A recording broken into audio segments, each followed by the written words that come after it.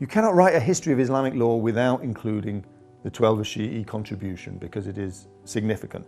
How Muslims actually practice their belief on a day-to-day basis. Anthropologists have begun to realize that the wealth of religious practice that one finds within the Shi'i community from India through to, Dearborn, and the richness, if you like, of the philosophical tradition within the Shi'i tradition from Mullah Sadra, but also others. The problem is with the study of Islam failing to take note of the fact that the Shi'i tradition has made an important contribution. It's not a heretical footnote, which gives me spiritual sustenance, even though I'm not a Muslim, is something like the Balagha and the sayings of Imam Ali, and the way in which the message of the Balagha concerning morality and ethics and society and justice. The thing which all Akhbaris agree on is that is attacking the doctrines that have been developed in works of Usul al-Fiqh since Allama al-Hilli. That they are original thinkers, they are deep thinkers, they wanted to solve a problem which they had identified in the Shi'i tradition, and you've got to take them seriously.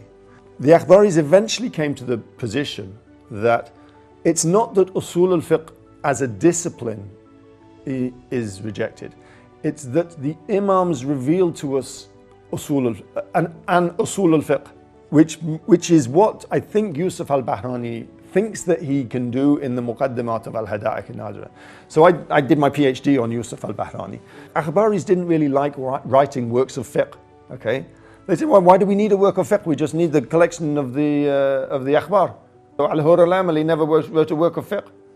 He collected the Wasa'il al-Shia. That Akhbarism is a complex phenomenon with many different ways, but the one thing many different paths, if you like, but the one thing which brings them all together is the rejection of ijtihad and the criticism of Usul al-Fiqh and the way in which Usul al-Fiqh is done. He believed that by following ijtihad, not only were we disobeying the Imams, we were also going to end up completely ruining our taklif. As soon as you start questioning the validity of akhbar, the whole building will collapse. Yes. If you start to question the akhbar, you do it because you don't trust Kulaini or Ibn Babawayh to have done their job properly, which is what Al-Istirābādi wanted to promote. He says that's the only Shi'ism that matters, is the Shi'ism that's based on the riwayat of the Imams. And if we take that message seriously, then we have to change the way we do Usul al-Fiqh. And all of these mujtahids you see around us, they have to change. Yeah, Kul Allahu Ahadun. We can't even understand the idea of there being one God from the Quran. We can understand nothing of the Quran. We can only understand it because the Ahl al-Bayt have told us what the meaning is. We don't speak the language of God in the Quran, but we can speak the language of the Imams because they speak both languages. And we will not be able to go deeper behind what the Imams are saying unless they reveal it themselves.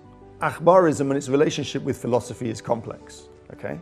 Because you have Akhbaris who were deeply engaged in philosophy, like Mullah Mohsin Faid Khashani, and then you have Akhbaris who were anti-philosophy, like Al-Hur al-Amali or others, who said that philosophy was essentially dangerous.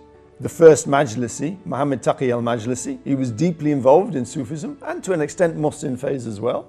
Okay, they're considered as people who promoted Sufism. And then you get Akhbaris who are condemnatory of Sufism. Irfan is the answer to how the Hausa can communicate with the outside world. Irfan is the way in which the Hausa can have a message that can stretch beyond the Hausa. The generosity, if you like, I found amongst people within the Hausa to share their knowledge with someone, this strange guy from England who wants to learn about their heritage, has been, for me, one of the most heartwarming and important lessons I've learnt through my studies.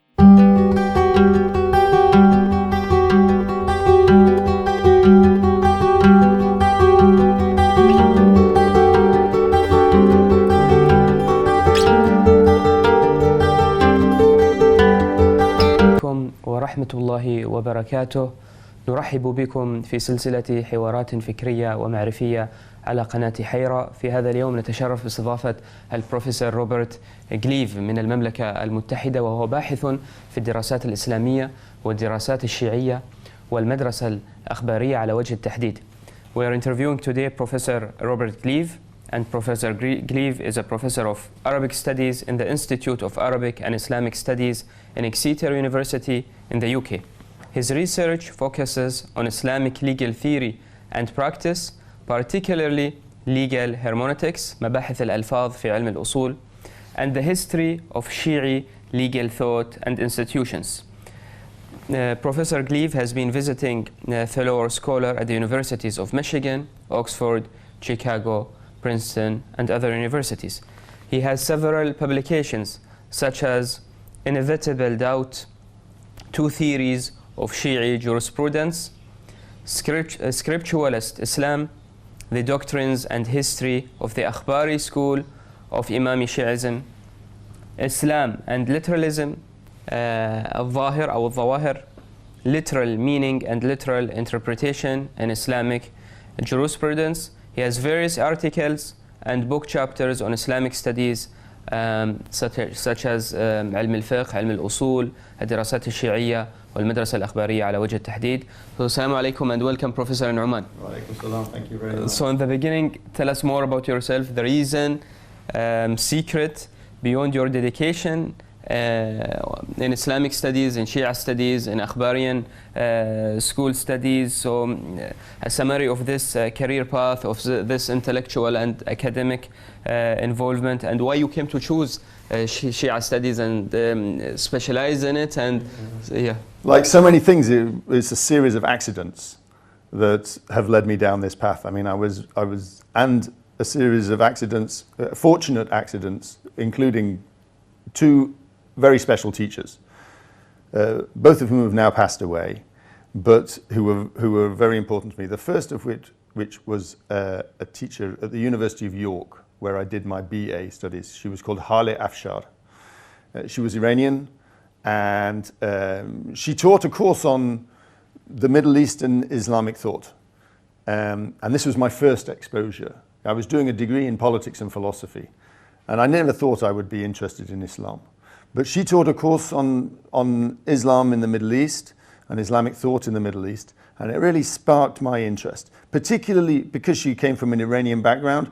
The focus is on Iran and the history of the thought, the religious thought which had led up to Ayatollah Khomeini's ideas and other people's ideas which led to the revolution. So I came into it as a political scientist, almost, interested in political theory.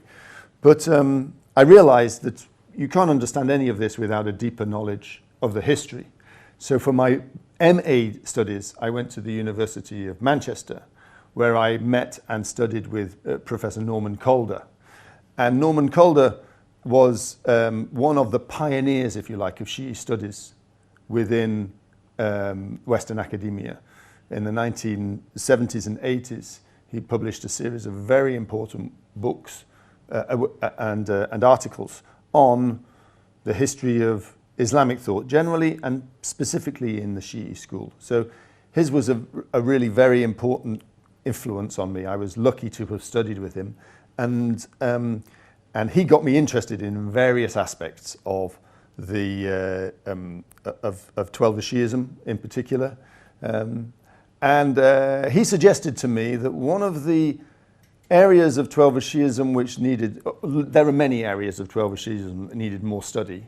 This was in the 1990s, so it was, sort of 25, 30 years ago. There were many areas which needed more study and understanding, and one of those areas, he said, was the school of Akhbarism, which people referred to in literature and footnotes and referenced in the English language and in French and German sources. But no one had ever tried to understand the movement, the Akhbari movement, in its context within the 12 Shi'i school. And so I was lucky to have a tutor that suggested to me a particular area of study.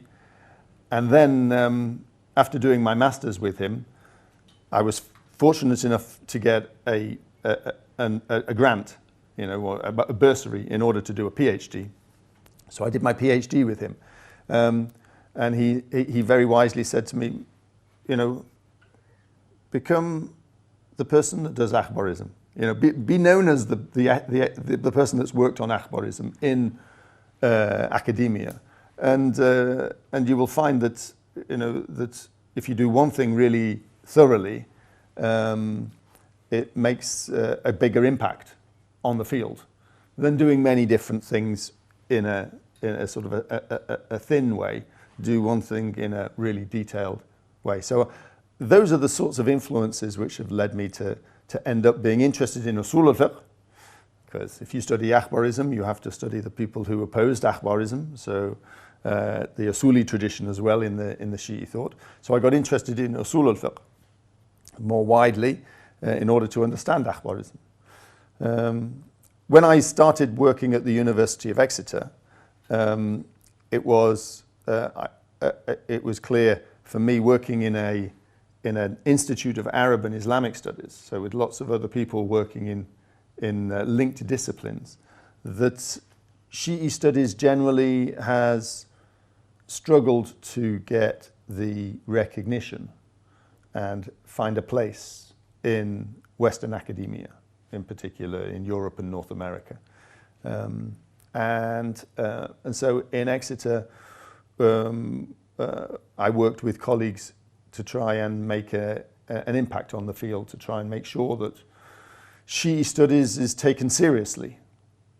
I think it's true to say that in Islamic studies generally in Western Europe and North America,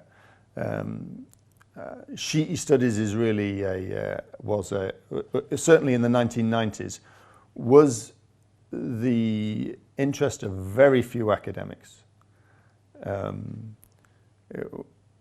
And we all knew each other, but it was a very elite club. There was only about 10 of us, maybe 5 of us, who were really interested in the history of Shi'ism and the history of Shi'i thought, and to try and study that and understand it and bring it to a wider audience. So we were a very small group. I would like to hear about that for me and my audience, and so how the Shia studies field grew, developed, evolved in the Western academia, and how do you analyze it, how do you perceive it now, and the researchers, the thinkers, the main topics, the different fields that are tackled now, and so in general, so where it was and where it reached, and how can you present the field of studies in the Western academia that's dealing with Shia studies nowadays? Well, it's in a much healthier state today than it was in the 1990s when I started studying. I finished my PhD in 1996, and I taught at the University of Bristol for 10 years. And when I was teaching at Bristol, it became very clear to me that Shi'i studies internationally was really struggling to be taken seriously. I noticed this partly because there were published a series of books which talked about different parts of Islam, Islamic philosophy, Islamic law, Islamic theology. And in each of these books, which proposed themselves to be general introductions to Islamic law or Islamic theology or Islamic philosophy or Islamic mysticism, people could write a whole book on Islamic law and make no mention whatsoever of the Shi'i school. As if this tradition, which had made such an important contribution, if you like, to Islamic civilization, was completely ignored by some academics who felt they could write a general introduction to a particular area of Islamic learning and make no reference to the Shia and say that this is a general introduction. So, you know, I felt quite strongly that this was wrong. This was something which was methodologically incorrect within the field. The field needs to recognize that there isn't just one tradition of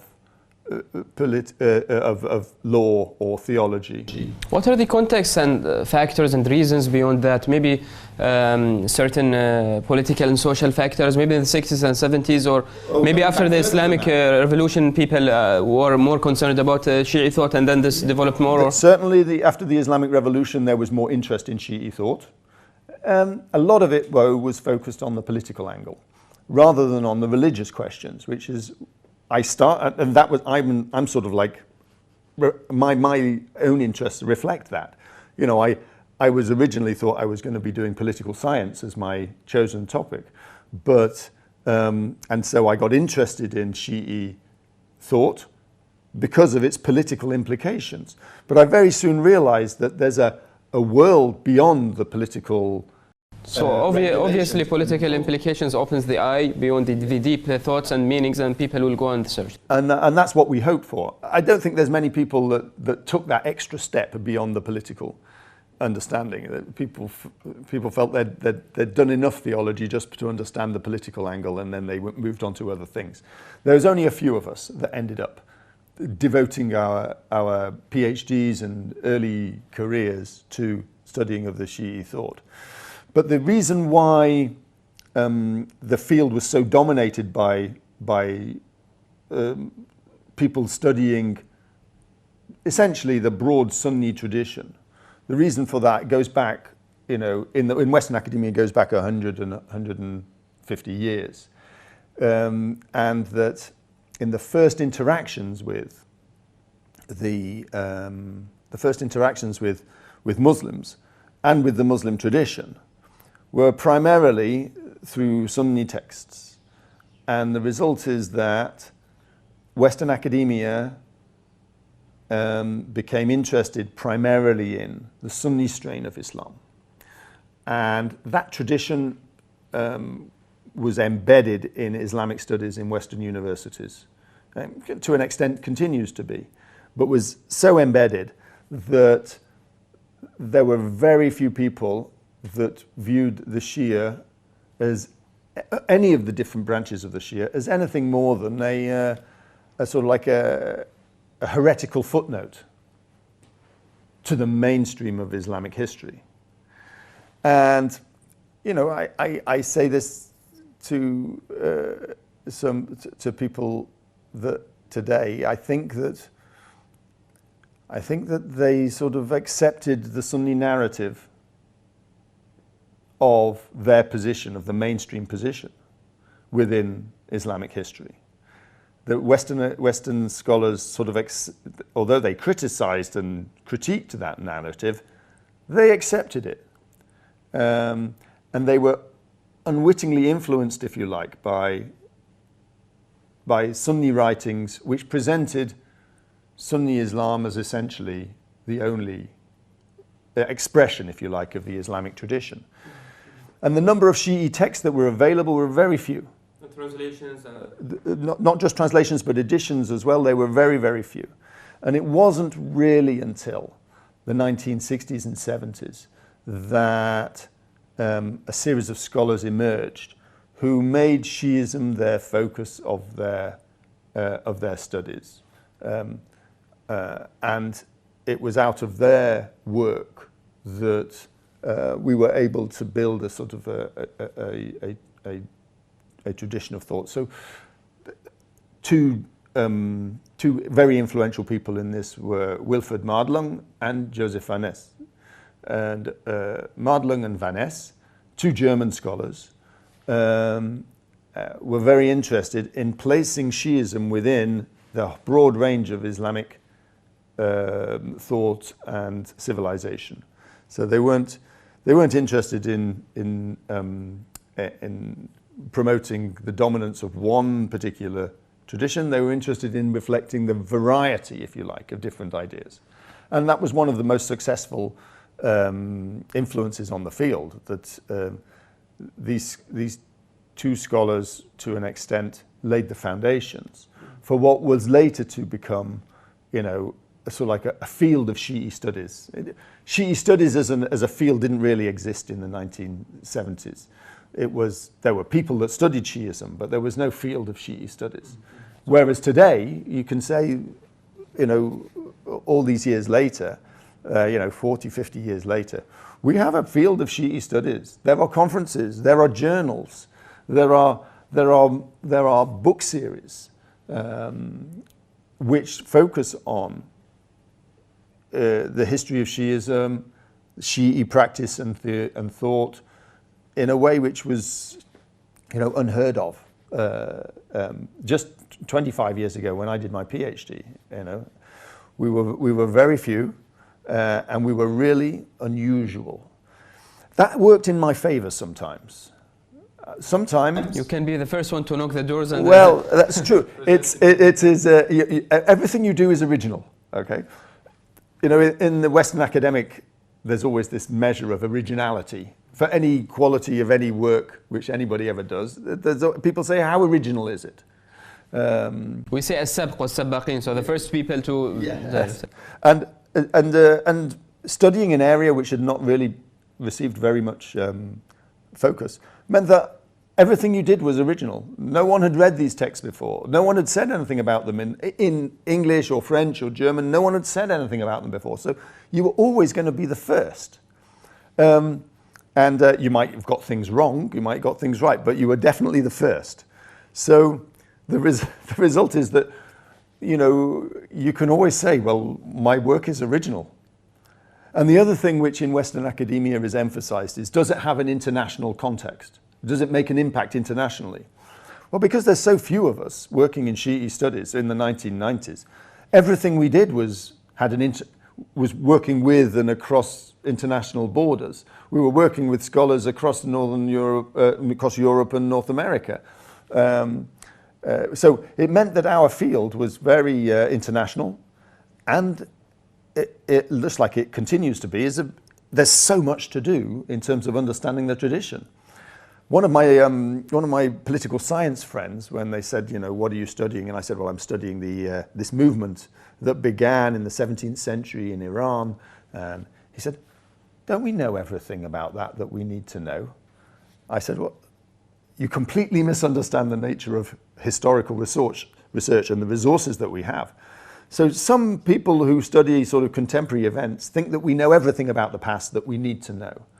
Whereas in fact, what I've found is that there is so much to be done. I mean, there is a bewildering amount of work to be done that makes it actually difficult sometimes to think, what are you going to focus on next? So which is part of the reason, I think, why my supervisor said, pick one thing and do it really well. And you will make an impact through doing that. And this became the center of your studies, the Akhbariyan school, and we'll talk about it more. So from 1960s and 70s until 2023, so how do you analyze the current situation about Shia studies? So how is this field growing, the main researchers? What are the topics of interest now? What are the new results that are adding knowledgeable value to the Shi'i thought itself, or Shi'i scholars in Arabic also can benefit from it? So how you see the situation now? Well, there are a number of different areas of research, not all of which I can say I'm an expert on, but which are becoming very important. I can think of three. So in Islamic law, this is the area that I particularly work on. In Islamic law, in Islamic legal studies generally, there's been a tendency to not really take the Shi'i school seriously as a contributor, if you like, to Islamic legal history. That, I think, is changing. And people like Devin Stewart, who works at Emory University, has made a really important impact. And I've worked alongside him as well to try and say, if you want to write the history of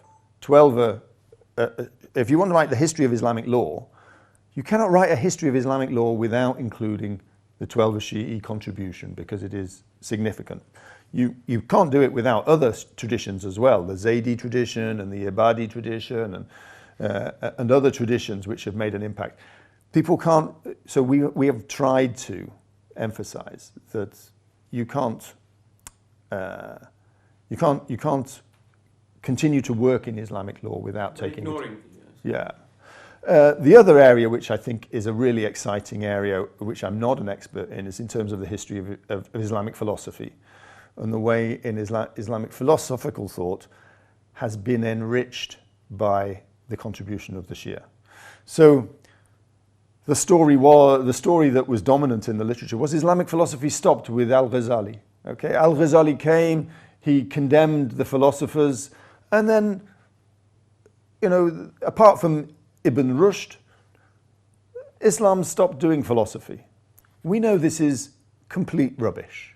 Okay, and we know it's complete rubbish because of the continuation of the philosophical investigations that one finds within the Shi'i tradition.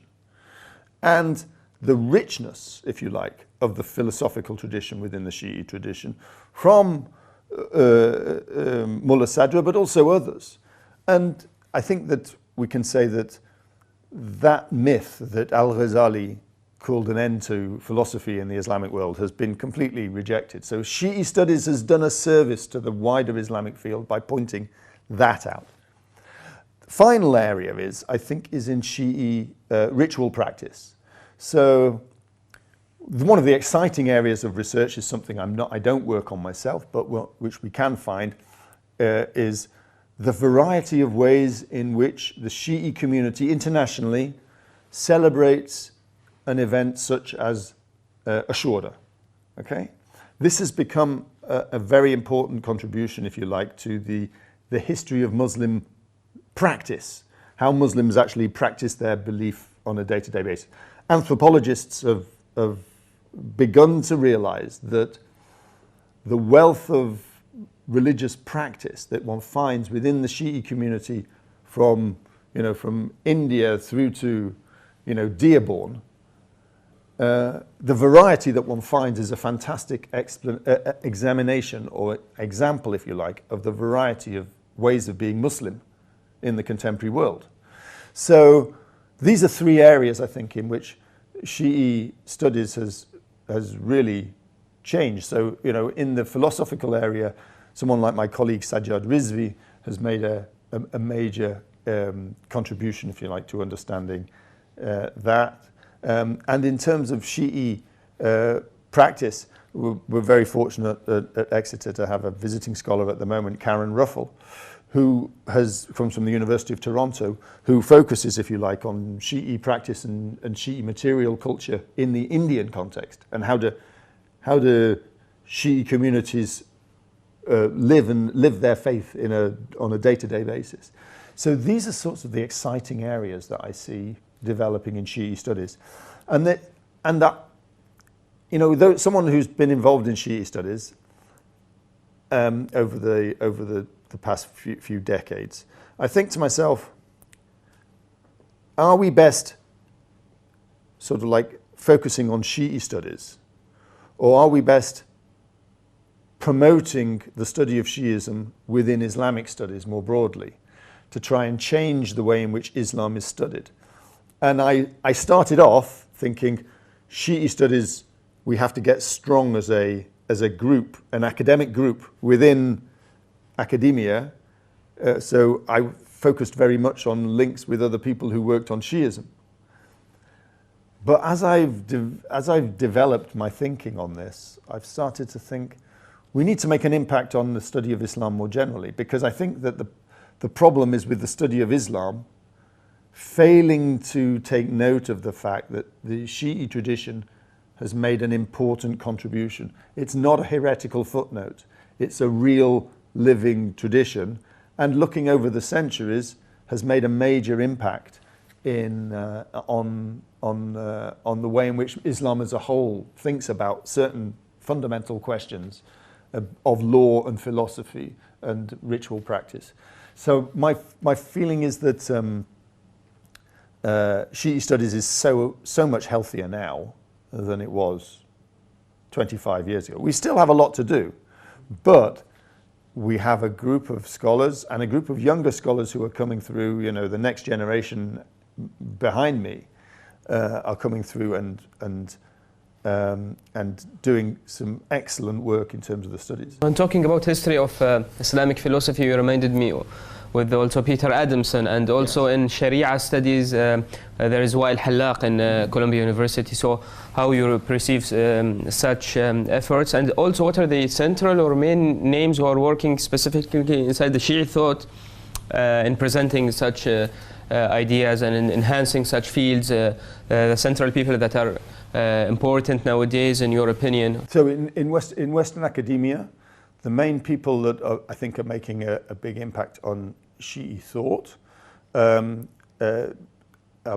people such as Sabine Schmidtke in Princeton, who has done some fantastic work in terms of both Zaydi and Ithna Ashari Shi'ism, and brought to light many sources which had been completely forgotten, and in terms of the history of theology, I think her contribution will be really important.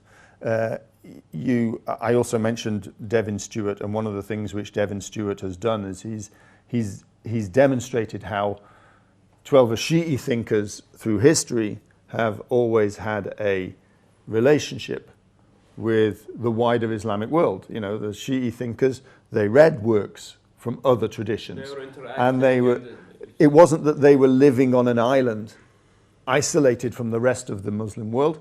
They were engaging with the topic. Exactly. So this is something which we didn't appreciate in the past in Shi'i studies. You know, so Devin Stewart's work has really brought that to my mind. In terms of the early history, if you like, of the development of Shi'ism, there's some very important new work being done by people like Dr. Edmund Hayes, who is at the University of Leiden, and his work on the way in which early Shi'ism developed, for 12 Shi'ism, when the Imams were still alive, and how the Shi'i community was coming together, is really a development of some of the work which Wilfred Madelung had done. And I think that you know, his work will really change the way in which we think about how early Shi'ism developed as an institution, you know, on an institutional level. So there are some. So these are some of the most important scholars working in the field, and the next generation, I think, will be. There are a number of others. The other thing which has been also very positive, I think, is increased engagement between Western academics and people working from within the traditional schools, such as the houses. So the relationship, if you like, between academics and the houser has changed. It's growing, developing, and there is an interaction. And I think that is something which we are learning as those of us who are sort of non-Muslim academics, who...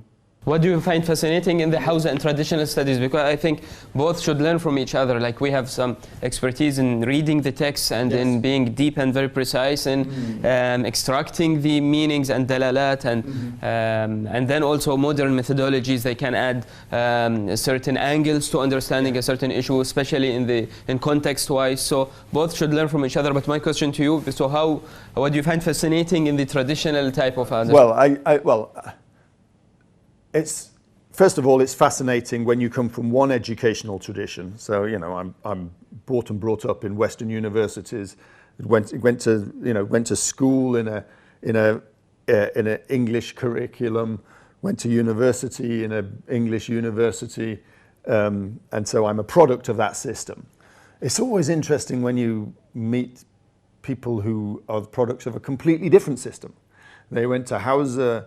They did the muqaddimat and their sutur and the das al-kharij. Sometimes, if I'm lucky enough to meet someone who's reached the higher echelons of the Hausa, I found it's always interesting just to find different educational experiences.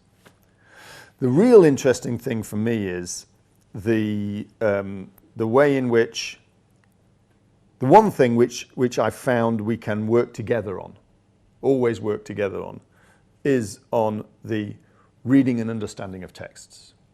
Okay, so when I started learning Arabic and Persian, the focus was very much on understanding texts. You know, we would take a text of fiqh or usul, and we would spend, you know, 2 or 3 hours understanding one paragraph or 2 paragraphs, partly because we were students and we weren't very good at reading these things, so it's a learning experience, but also partly because that was the tradition which in a lot of Western universities had been the emphasis, which was reading the texts slowly, methodically, and carefully. When I speak with colleagues who were working in the Hausa, I find that this is very similar to what they're doing. So we're not so different. We may produce different sorts of literature and publications at the end of it, but the actual practice of sitting down and reading a text in order to understand precisely what the author means when they say this and what they mean when they say that, and what's the significance of this phrase or that phrase within the text. And the different interpretations. And the different possible interpretations. I found this one of the most rewarding elements of my career. And so bringing together, so I've tried my hardest for text reading seminars where you bring people from different backgrounds. Because although it's, you know, people from the Hausa that I speak to, if they come to a Western academic conference, if they've been brought up and taught in the Hausa, and that's been their whole experience, a Western academic conference is like a very strange event for them. You know, people stand up and they talk for 20 minutes on a topic, then they answer some questions, and then another person stands up and talks for 20 minutes on a topic and they answer some questions. It's very different from what you experience in the Hausa. So, as an introduction to what you might experience in Western academia, the reading of texts together has been, you know, one of the most enriching elements of my life. And you agree that the depth and thoroughness in such text analysis is not found in the Western academia? It's found rarely, and there's only not in the structure of their studies. Well, yes, no, partly because everyone's working in a second language. I know that's true for a lot of the Hausa as well, but it's often if you're a Persian speaker and you're working in Arabic, you may have worked in Arabic from a very early age, so it's not you're bilingual, but this is not familiar to you. With the students that come through Western academic training, quite often didn't learn Arabic until they were 18. So they started learning Arabic when they were 18, and by the time they get to the age of 25 or 26, we are hoping that they can sit down and read Usul al-Fiqh. Okay, that is a steep learning curve for a lot of them. It's not only the language obstacle, it's also to do with the methodologies that developed in Western academia. It's also to do with because people in the houses, so they're studying their own religion, yes, culture, identity, so they feel very related to such texts, yes, and because when they study they want to believe and practice, yes, and it so matters to them in a way that for someone that doesn't come from a Muslim background that's studying this material, it doesn't matter. It doesn't have that sort of. He's an observer. Yeah, to an extent, they're an observer. But I'm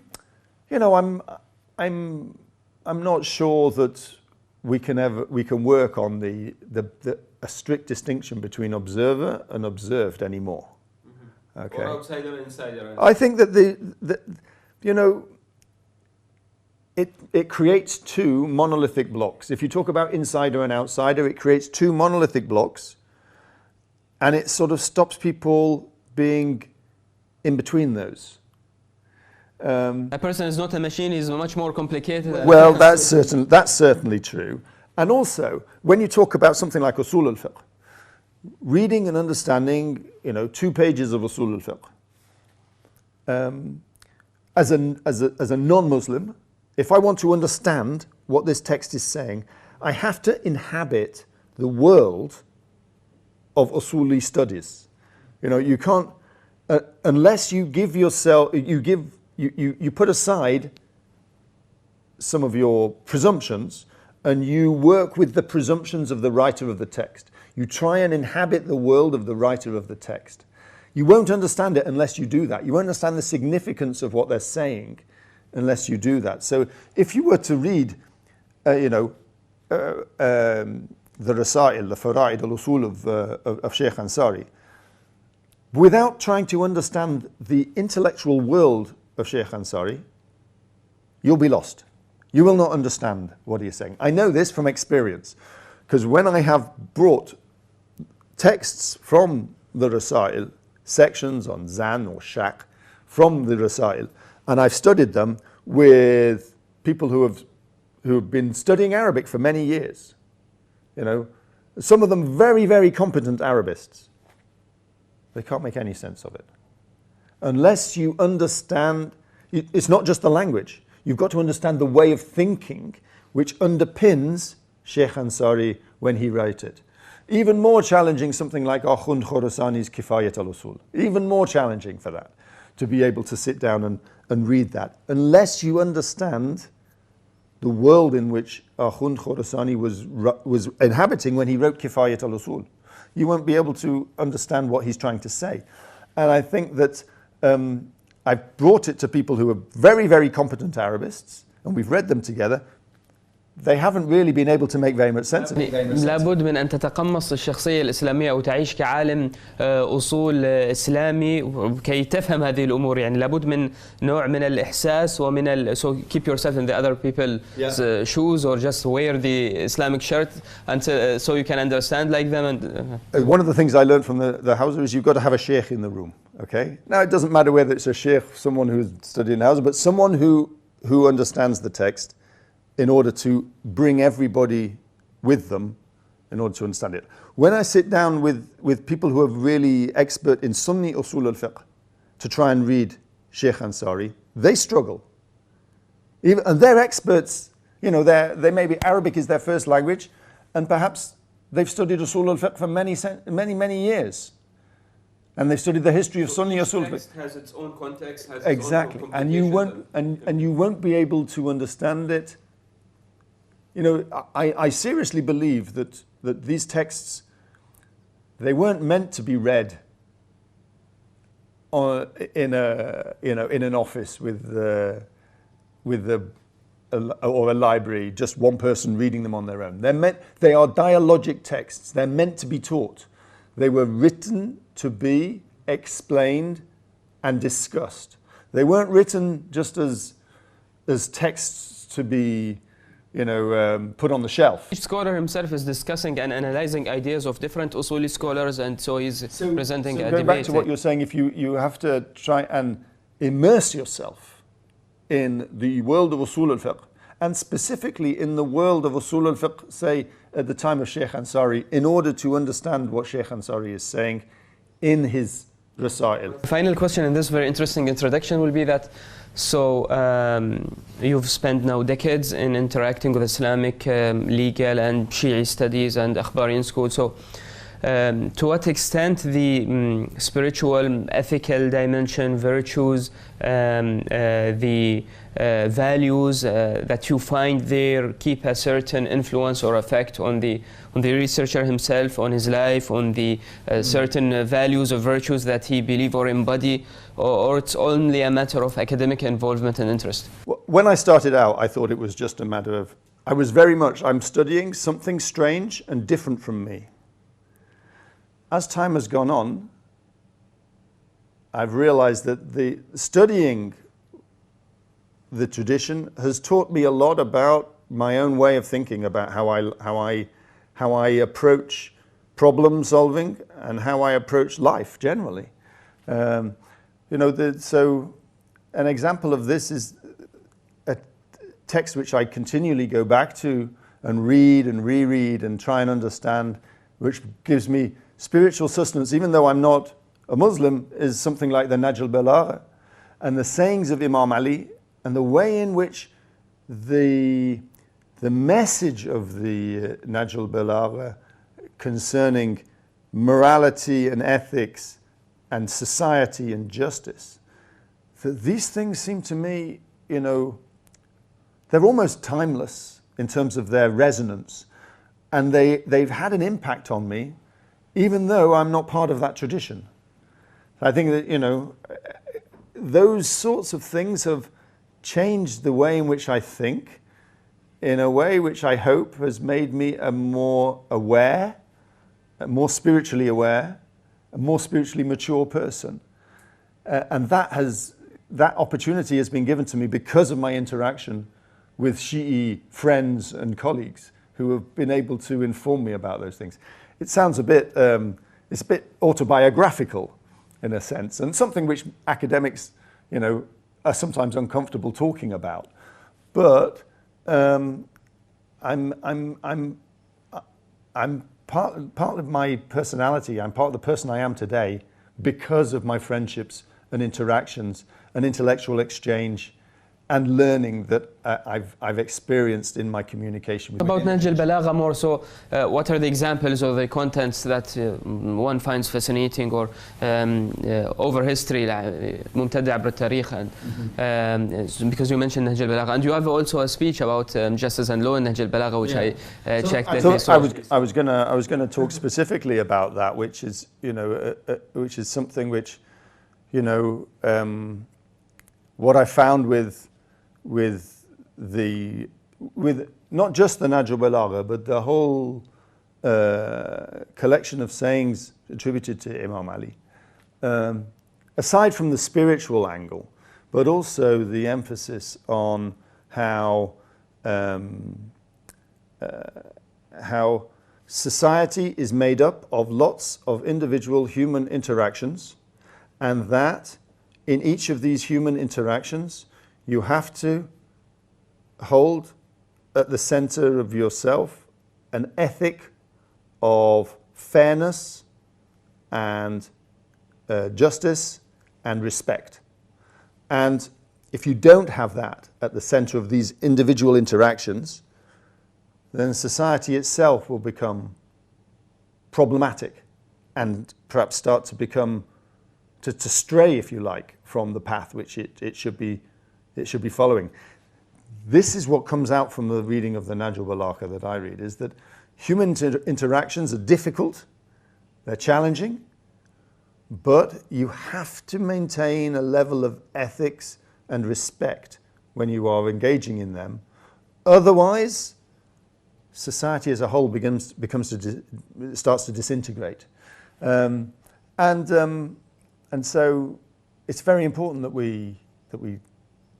that for me is a message which continues to be important on a day-to-day basis today. It's not something which is restricted, if you like. Letters to the Wula and the letter to Malik al-Ashtar, when he talks about the role of different people in the society and how to enhance your ethical or your values in interacting. The letter to Malik al-Ashtar is, of course, something which has been cited and recited and seen as like an example of how to be a good ruler.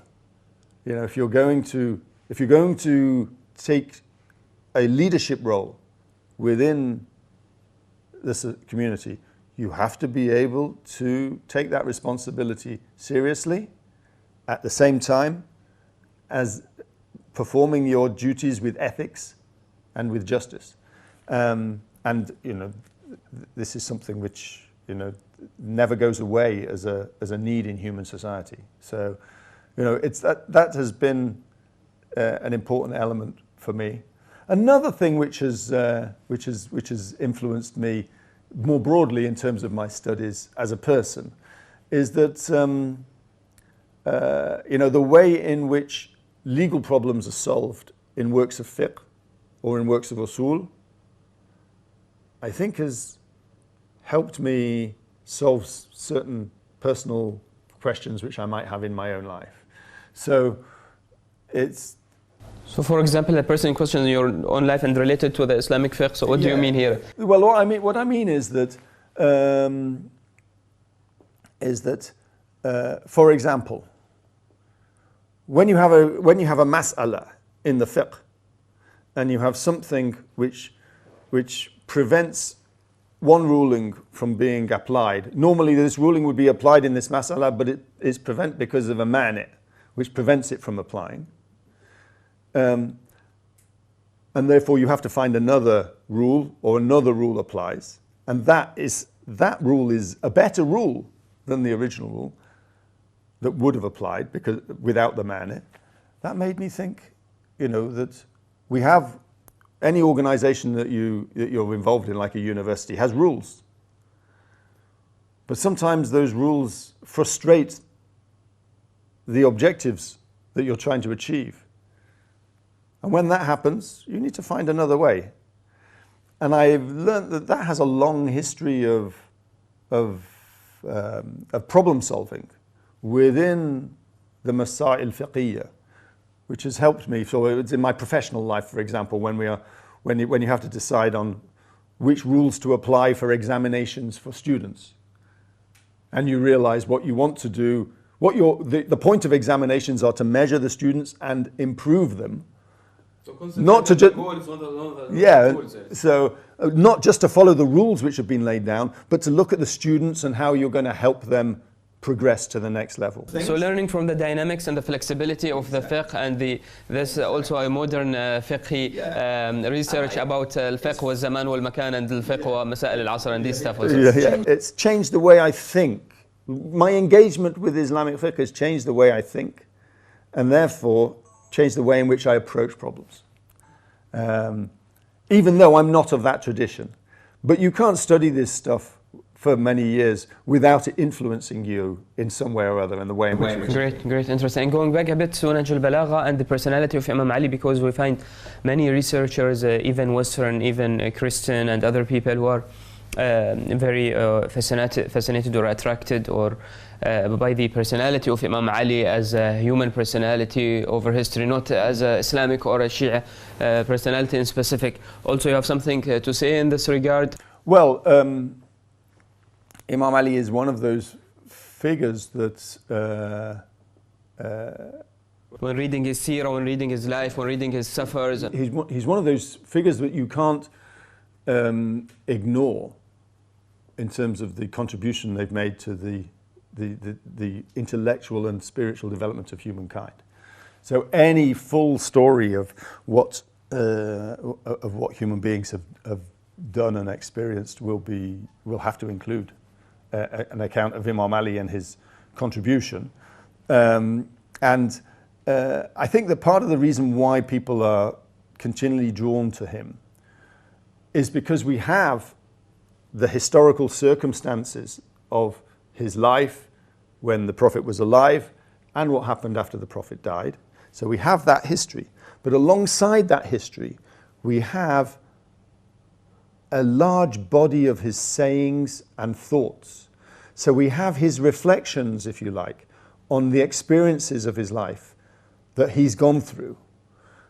These two together is quite rare for someone from the 7th century to have a biography, if you like, of what they've done, but also a set of reflections in their sayings of what they think what happened. This is rare. We don't have very many people who we have the history and we have their personal reflections on what's happening to them. Due to the opportunity that he had when he became the Khalifa and the 4 years and the khutbahs, and this is the opportunity where he was able to express some of his... But also how he coped with the situation of not being Khalifa. You know, how did he reflect on that, and how did he come through that experience of being denied, if you like, something which was, he felt, rightfully his. Those sorts of experiences and their reflections on them, you know, we all know from our day-to-day life, you know, that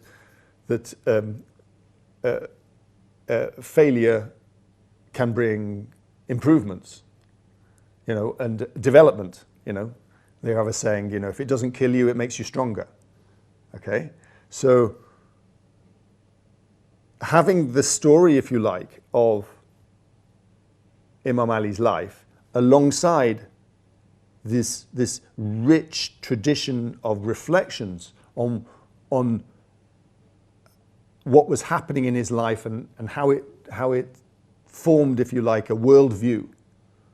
That having both of these two things is rare and therefore informative. We can understand it, not just because of the moral character of the individual, but also because of the sources we have, which make it so much... So even you can see that wise decisions, given all the difficulties and the suffering that he faced and all the problems that other people imposed on him. And sometimes the wisdom, you need to think about the saying or a particular, you know, hukum that he gave in a particular... You have to think about it hard before you understand the wisdom of it. Because sometimes... It's not clear, it's deep, sometimes it's very deep, sometimes it's very, very deep. And we have to be able to understand that he is a figure that has many, many different levels. And understanding one of his sayings requires us to go into these many different... So as we say that Quran has butun and we need ta'wil, so certain personalities like Imam Ali also he have butun and... I think this is certainly true, and it's part of the reason why he's a figure that not just Muslims generally, but wider than... Especially in the Arabic literatures, we have many Christian philosophers and... drawn to Imam Ali and want to sort of like reflect the spiritual and moral vision which he had. So I think that those things, you know, they change you as a person when you come into contact with them. If they don't, then I think that you're not fully engaging. In order to fully engage, I think you have to put a risk of, as a non-Muslim, I have to put myself at risk that this might influence me, this might change me in one way or another, and that's a risk that you have to do. But if you don't do that, then you're never going to understand the subject which you're trying to dedicate your time to. And I did that to an extent with Akhbarism as well. You know, that I wanted to get inside the world. So Muhammad Amin al-Astarabadi, the founder of Akhbarism, I wanted to understand his way of thinking, what was important to him. Why did he write this work, Al-Fawaid al-Madaniya? Why did he write it in the way that he wrote it, criticizing particular elements within the Shi'i tradition? You won't understand his worldview if you just see him as an enemy, and you won't understand his worldview if you just see him as an oddity. You have to try and understand why. He had priorities, things mattered to him. They may not be the same as things that mattered to me, but they mattered to him. And I have to and when I understand what mattered to him, then you can understand his texts much more sympathetically. And by sympathetically, I don't mean that I support them, but that I understand the frame, if you like, of reference that he's using. And that can only happen if you're willing to sort of give up a little bit of your own presumption and enter into the presumptions of the text. Great and interesting flow of ideas. And so let us delve more into Akhbarism and talk about this topic. So in the beginning, what is Akhbarism? Why was it born in the Shi'i context? Mm-hmm. And you talked about الفوائد المدنية and الأخبارية, so and maybe the main seed of Akhbarism started with him. Also, you may refer to the political or social factors, and then the Safawi period and the التأثير والتأثر from the politics and from the grow the Akhbarian school. So in the beginning, just give us an idea. So what Akhbarism means, and there is what's the alternatives of it, maybe in different madhahib sectors or in different religions, why it was born, and politics had a certain role in growing this school, and what's the focal point that this school is talking about and trying to achieve. Okay. Well, you know, the studies on Akhbarism in Western academia, going back to what I was saying earlier, they fell into sort of two. Before I did my own research, this is the beginning point, which there was two schools of thought. Broadly speaking, there were two schools of thought. There was the school of thought which said that Akhbarism stretched back to the very early period of of Twelver Shi'ism. So there were those that said, well, Ibn Babawayh, he was an Akhbari. Or even Sheikh Tusi, he was an Akhbari.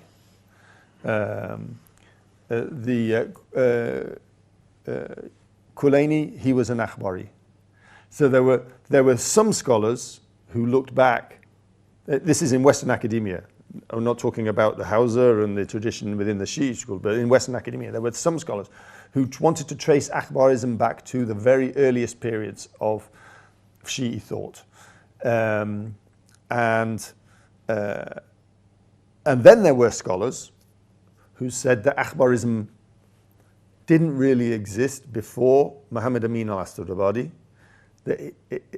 or around about his time and his group of teachers and students. That's when Akhbarism is best viewed as an introduction in the Safavid period. So there was these two schools of thought. When did Akhbarism actually begin? Was Astarabadi following on from the tradition of Ibn Babawayh and Sheikh Tusi? Or was he doing something new and original in Al-Fawaid, al-Madniyya and other texts at the time? So this debate was also a debate about what is Akhbarism about? So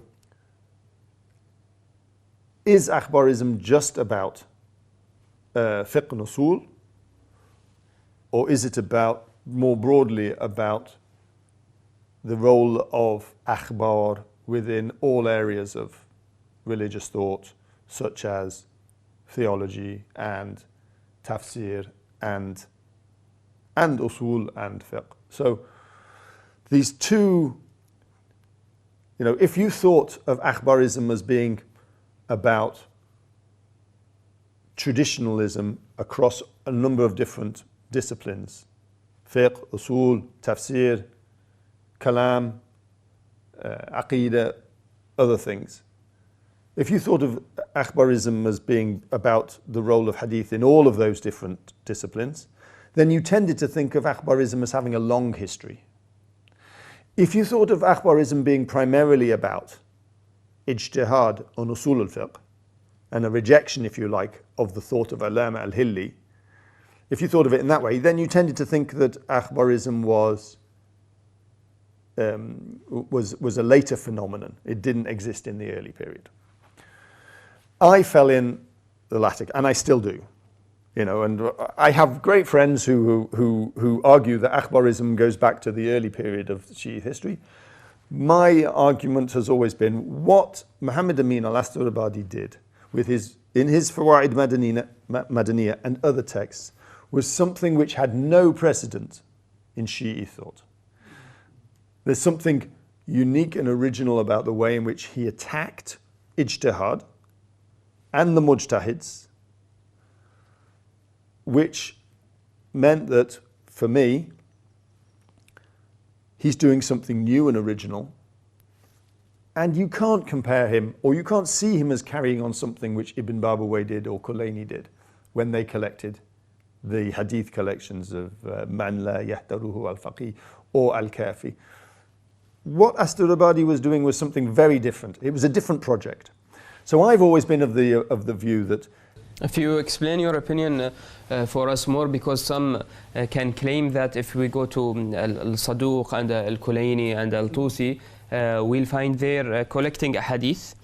And then the methodologies of ijtihad back there, they weren't very solid and developed like now. So ilm al-usul was very little with them. Yeah.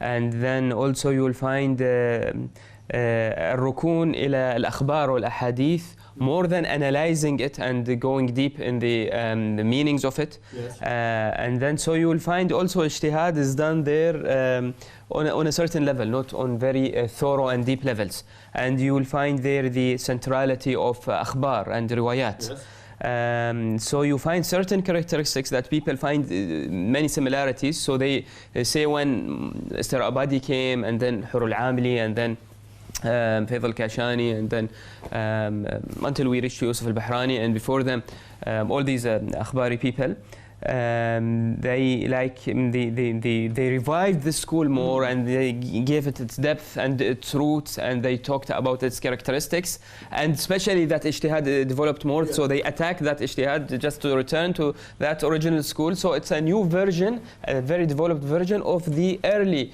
Shi'ism. So this claim could be said. So yeah, I know that this claim is made, and in a sense it's a matter of semantics. You know, we're arguing about it's an ikhtilaf lafzi. We're just arguing about whether or not what happened in the early period we call traditionalism in its broad sense, or we actually say that it's akhbarism. Now, I'm not saying that there's no connection between the emphasis on akhbar and ahadith in terms of argumentation between the early period and what Astarabadi was advocating. But I would say that traditionalism in the early period didn't have to end up with akhbarism. There were other forms of traditionalism that we find existing alongside akhbarism that didn't have to be akhbari. So, you know, to say that akhbarism was a revival of the early school sort of fails to take into account the fact that there were traditionalists that were not akhbaris, that were ijtihadis. You know, that they promoted ijtihad, but they respected akhbar more than some other ijtihadis did. But they would see themselves as a continuation, if you like, of this tradition. So my problem with seeing it, with viewing it as a revival of the earlier school, is that you fail to recognize the centrality, if you like. It's as if you set up a competition between ijtihad and akhbar, whereas we know that there were many scholars that didn't see being a mujtahid as meaning that you reject the akhbar. It meant that they had different attitudes towards that. So someone like, you know, Qatifi, or Muqaddis Ardabili, they were ijtihadi, they weren't akhbaris.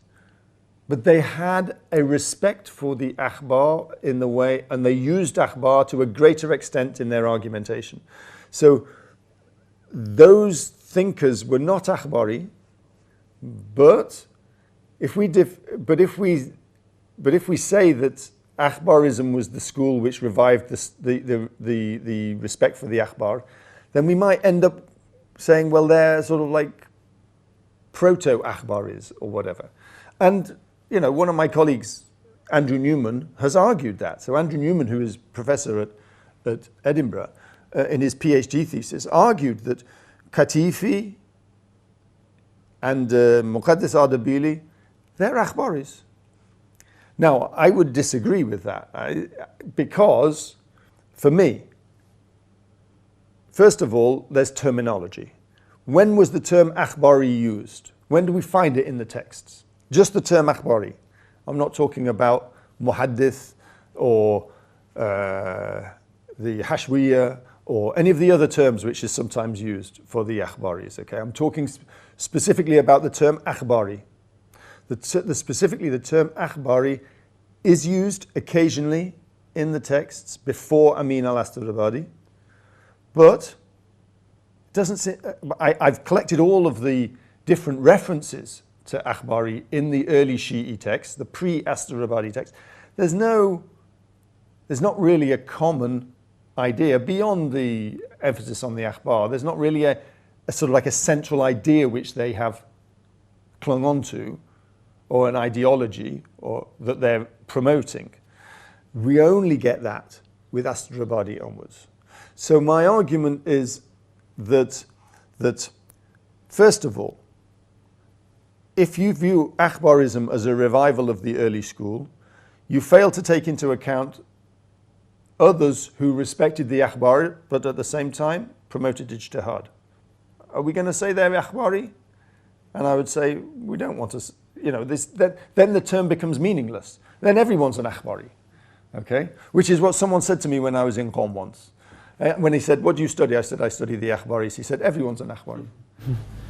Yeah, to a certain extent, our love to ahadith and we learn from the akhbar, this is everyone can do. And there is a percentage, and some people will have the role of aql less, and some people because they use maybe philosophy and arfan, so they have, but you can't call the people... I've not met a Shi'i scholar yet which says, I don't bother with the akhbar, I don't take care. But you won't call him akhbari or on akhbari to 40% akhbari or 60%, you can't do this. Well, if we're going to start percentages of akhbari and non-akhbari, then the term ceases to have meaning. My point was that Astarabadi, in his الفوائد المدنية, he was trying to, he felt Shi'ism was under threat. He felt the very fundamentals of Shi'ism were being ruined by the people who were following the tradition of Alama al-Hilli. Like what? The fundamental... So he believed that by following ijtihad, not only were we disobeying the imams, we were also going to end up completely ruining our taklif. There's one thing to... Because we're keeping a distance from imams and we're using our own brains, and then slowly there will be a separation. His argument partly was an usuli argument that if you do, it's not just what you do, it's how you get there, okay? It's not just that you do the right thing, it's also how do you know that it's the right thing that you're doing. And for him... But how would he reply? Because we're not doing ijtihad in separation. We are basing our ijtihad on the nusus and the akhbar of a'imma. And we're trying to gather between them and compare between them and being deep in understanding it. And our results are ahkam zahiriya. So we're not claiming that we are reaching to the a'imma's ahkam. So how he can claim that we're destroying this shaykh? Well, the problem is that to say his argument effectively was this. Once you start questioning the validity of the akhbar, as soon as you start questioning the validity of akhbar, the whole building will collapse. And تشكك في قيمتها ومرجعيتها. That's what he means. If you start to question the akhbar, you do it because you don't trust Kulaini or Ibn Babawayh to have done their job properly. If you don't trust Kulaini and Ibn Babawayh to have done their job properly, which is what the usuli argument always was, they collected hadith, they put them in the book. Our job is to see whether they're sahih or muwathaq or da'if or whatever. That's our job, okay? We're saying you didn't do your job properly. We're saying to Kulaini and Ibn Babawayh, you didn't do your job. This is akhbar. This is Astarabadi's. If you start doing that, the whole edifice of Shi'ism collapses. Because it was developed and shaped to a certain extent with those scholars. So you asked me about comparisons with other religious traditions. So, some people have said the Akhbaris are like Protestants. And that may be true. And maybe we'll come on to that later, the ways in which they resemble Protestants. But one of the ways in which they're like Catholics, Roman Catholics, is that Roman Catholics in the Christian tradition believe that when the church made a decision about a particular creed, an aqidah that it was going to fix on, like the Nicene Creed, that becomes a central element of all religious life. We can't start questioning it at some later point. So do also with preserving identity and not letting other ideas to come Exactly. here. So Astarabadi had a similar attitude towards the work of Ibn Babawayh and Kulaini. If we start questioning whether they collected sound hadith or they just collected all hadith, if we start questioning whether they did their job properly, then it's a bit like in the Catholic Church questioning whether the Council of Nicaea did its job properly when it created the creed. You can't do that because you bring down the whole of religion when you do that. So what justification can he present here if we want to understand the thinking of Isterabadi or other Akhbaris? Because one can say here that so what you will do with the hadith al-mawdu'a or hadith that are against science facts, or some of the hadith that you can't accept whatsoever, and even Akhbaris, they say okay nurja ilmaha ila ahliha, but some hadith that you can say 100% that this is false. Yes. So because and we can find some of this in the Kutub al-Arba'a also. So what are the replies? Well, they have to, Akhbaris have various different methods of identifying the they use deep ta'wil, they become Sufis. Well, no. I mean, the most famous being the use of taqiyya. Okay, so a hadith can be historically accurate. No, I know, but some context that you can't bring the analysis of taqiyya whatsoever in it. So this is a tool. In some fiqh hadith, because there is context, Imam is talking with other people, but you have some nusus that obviously يعني تخالف العلم أو واضح أنها موضوعة أو تعاني من إشكالات في المضمون وإشكالات واضحة جدا. If you think that this hadith is مخالف العلم, الحقائق العلمية الطبيعية, I mean, so something that can be argued or discussed, not something that is ijtihadi. See, I think that one of the things which you find with Astarabadi, with the Akhbaris generally, is that people think that they have a simple epistemology. Something is true or something is false. Whereas in fact, they have a complex epistemology because they believe in different levels of ilm, different types of ilm.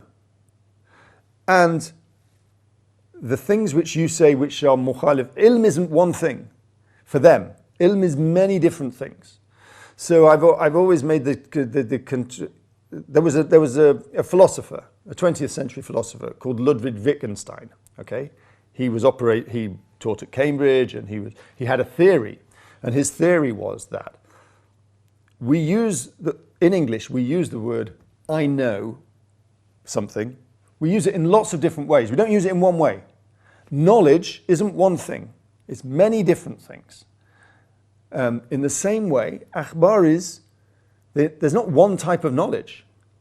A simple examination of this is there's a difference between ilm al-adi for Akhbaris. There's a difference between ilm al-adi and other types of ilm. So ilm al-adi is the knowledge that you have, which is your everyday knowledge. So like علم الحصولي, for example. Like ilm al-husuli, but they have a stronger notion of it than ilm al-husuli that you find in the philosophical tradition. This is much more علم المعاش. That when you have knowledge, it doesn't have to be 100% knowledge with no zan whatsoever, that the usulis call ilm. So Astarabadi's argument is the usulis have a level of knowledge which means that everything is essentially zanni. And this became real with the Insidad Bab al-Ilm doctrine from, Mirza Qummi onwards. Okay, it gave it its name. Insidad Bab al-Ilm, it gave the doctrine a name. It existed before that, but it gave the doctrine a name. So in the Insidad Bab al-Ilm doctrine, which goes back probably as far as maybe even to Alam al-Hilli, what you have is a requirement of knowledge to be so secure that all forms of knowledge fall below it, and everything becomes zanni. What the Akhbaris do, yes, yeah. What the Akhbaris do is they expand what is ilm to include some of the things which you usulis call zan. So الظن المتاخم لليقين والعلم can be considered علم for them. So it's something which, do you have knowledge sufficient that you can act, you can perform something? Yes, usulis would call it zan, but for Akhbaris it's ilm. It's a form of ilm which perhaps doesn't fulfill 2 add 2 equals 4. That's a piece of knowledge which we have very strong belief in. Although some scientists, mathematicians have said, maybe we should doubt this, but that's a separate question. 2 plus 2 equals 4 is something you believe, I believe, everyone believes, okay? 100%. We say in English, I'd bet my house on it. It's not very Islamic example, but we say, you know, I'd risk everything. I'd risk my child's life on it. You know, that 2 plus 2 equals 4. I am so certain that it is true that I would do that. But that's not the only type of ilm that there is. There are other types of ilm that mean that you can act, or you can perform an action and be certain that it is the correct action to do. And that's the sort of knowledge we get from the Akhbar. This sort of knowledge that Akhbari believe in, like extending the meaning of ilm, due to that they don't have this centrality of the Aristotle logic. That's certainly true. Or rather, I don't want to paint the Akhbaris as anti-rational, because I don't think that they're anti-rational. I think they just don't believe that that's the only sort of knowledge which you can have in a fiqhi context. There are other forms of knowledge, and they're still ilm. And not only in fiqh, because they're engaged with aqidah and akhlaq and everything. Yes, and if you move beyond the fiqh into other areas, then they will think in different ways. So some of the Akhbaris, so for example, the Akhbarism and its relationship with philosophy is complex, okay? Because you have Akhbaris who were deeply engaged in philosophy, like Mullah Mohsin Faid Khashani, and then you have Akhbaris who were anti-philosophy, like Al-Ghur al-Amali or others, who said that philosophy was essentially dangerous. So you have these two different types of Akhbaris, some of whom are philosophically engaged and others who are not. That means that, for me, that means that the commitment to the Akhbar and the rejection of the ijtihad doesn't dictate your attitude to philosophy. It dictates your attitude towards usul al-fiqh. But it doesn't dictate your attitude towards philosophy. We find a similar way in which, how do Akhbaris approach Sufism? For tasawwuf. You have Akhbaris who are deeply involved in Sufism, and you have Akhbaris who completely condemn tasawwuf. So you have something like the first Majlisi, Muhammad Taqi al-Majlisi. He was deeply involved in Sufism, and to an extent Mohsin Faiz as well. Okay, they're considered as people who promoted Sufism. And then you get Akhbaris who are condemnatory of Sufism. This is a question that I'd like to ask in detail. So, in general, can we say that Akhbaris are against philosophy and mysticism? But then we'll find Muhammad Taqi al-Majlisi, and then we'll find Faid al-Kashani, where is a continuation and a student of Mullah Sadr, also is a philosopher, and he's a mystic as well. Very much so. So both, and maybe also others, they have this deep spiritual involvement. So how can we understand the Akhbaris? And so, or every personality has his own uniqueness, so you can't say Akhbarism.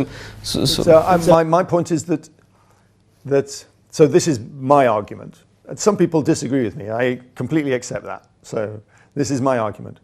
Akhbarism was specifically about usul al-fiqh.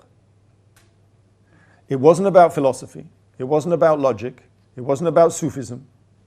It was specifically about usul al-fiqh. The thing which all Akhbaris agree on is that attacking usul al-fiqh. is attacking the doctrines that have been developed in works of usul al-fiqh since Allama al-Hilli. The division of a hadith into 4 categories. The wide role of ijtihad in understanding yes, and the use of ijtihad, for example. So the things which makes all of these people akhbaris is their rejection of that, not their attitudes towards philosophy or logic or mysticism or any other topic. What but makes them the mainstream will be maybe a little bit. There's probably, if you talk generally, there's probably more akhbaris that are suspicious of philosophy than there are not. But Mirza Muhammad Amin al-Asturabadi himself wrote a quite complicated work of falsafa in the form of Danishnameh Shahi, okay, which has just been recently edited and published. So he's critical to an extent of the philosophical way of approaching things, but he engages with philosophy in a quite a productive way, I would say.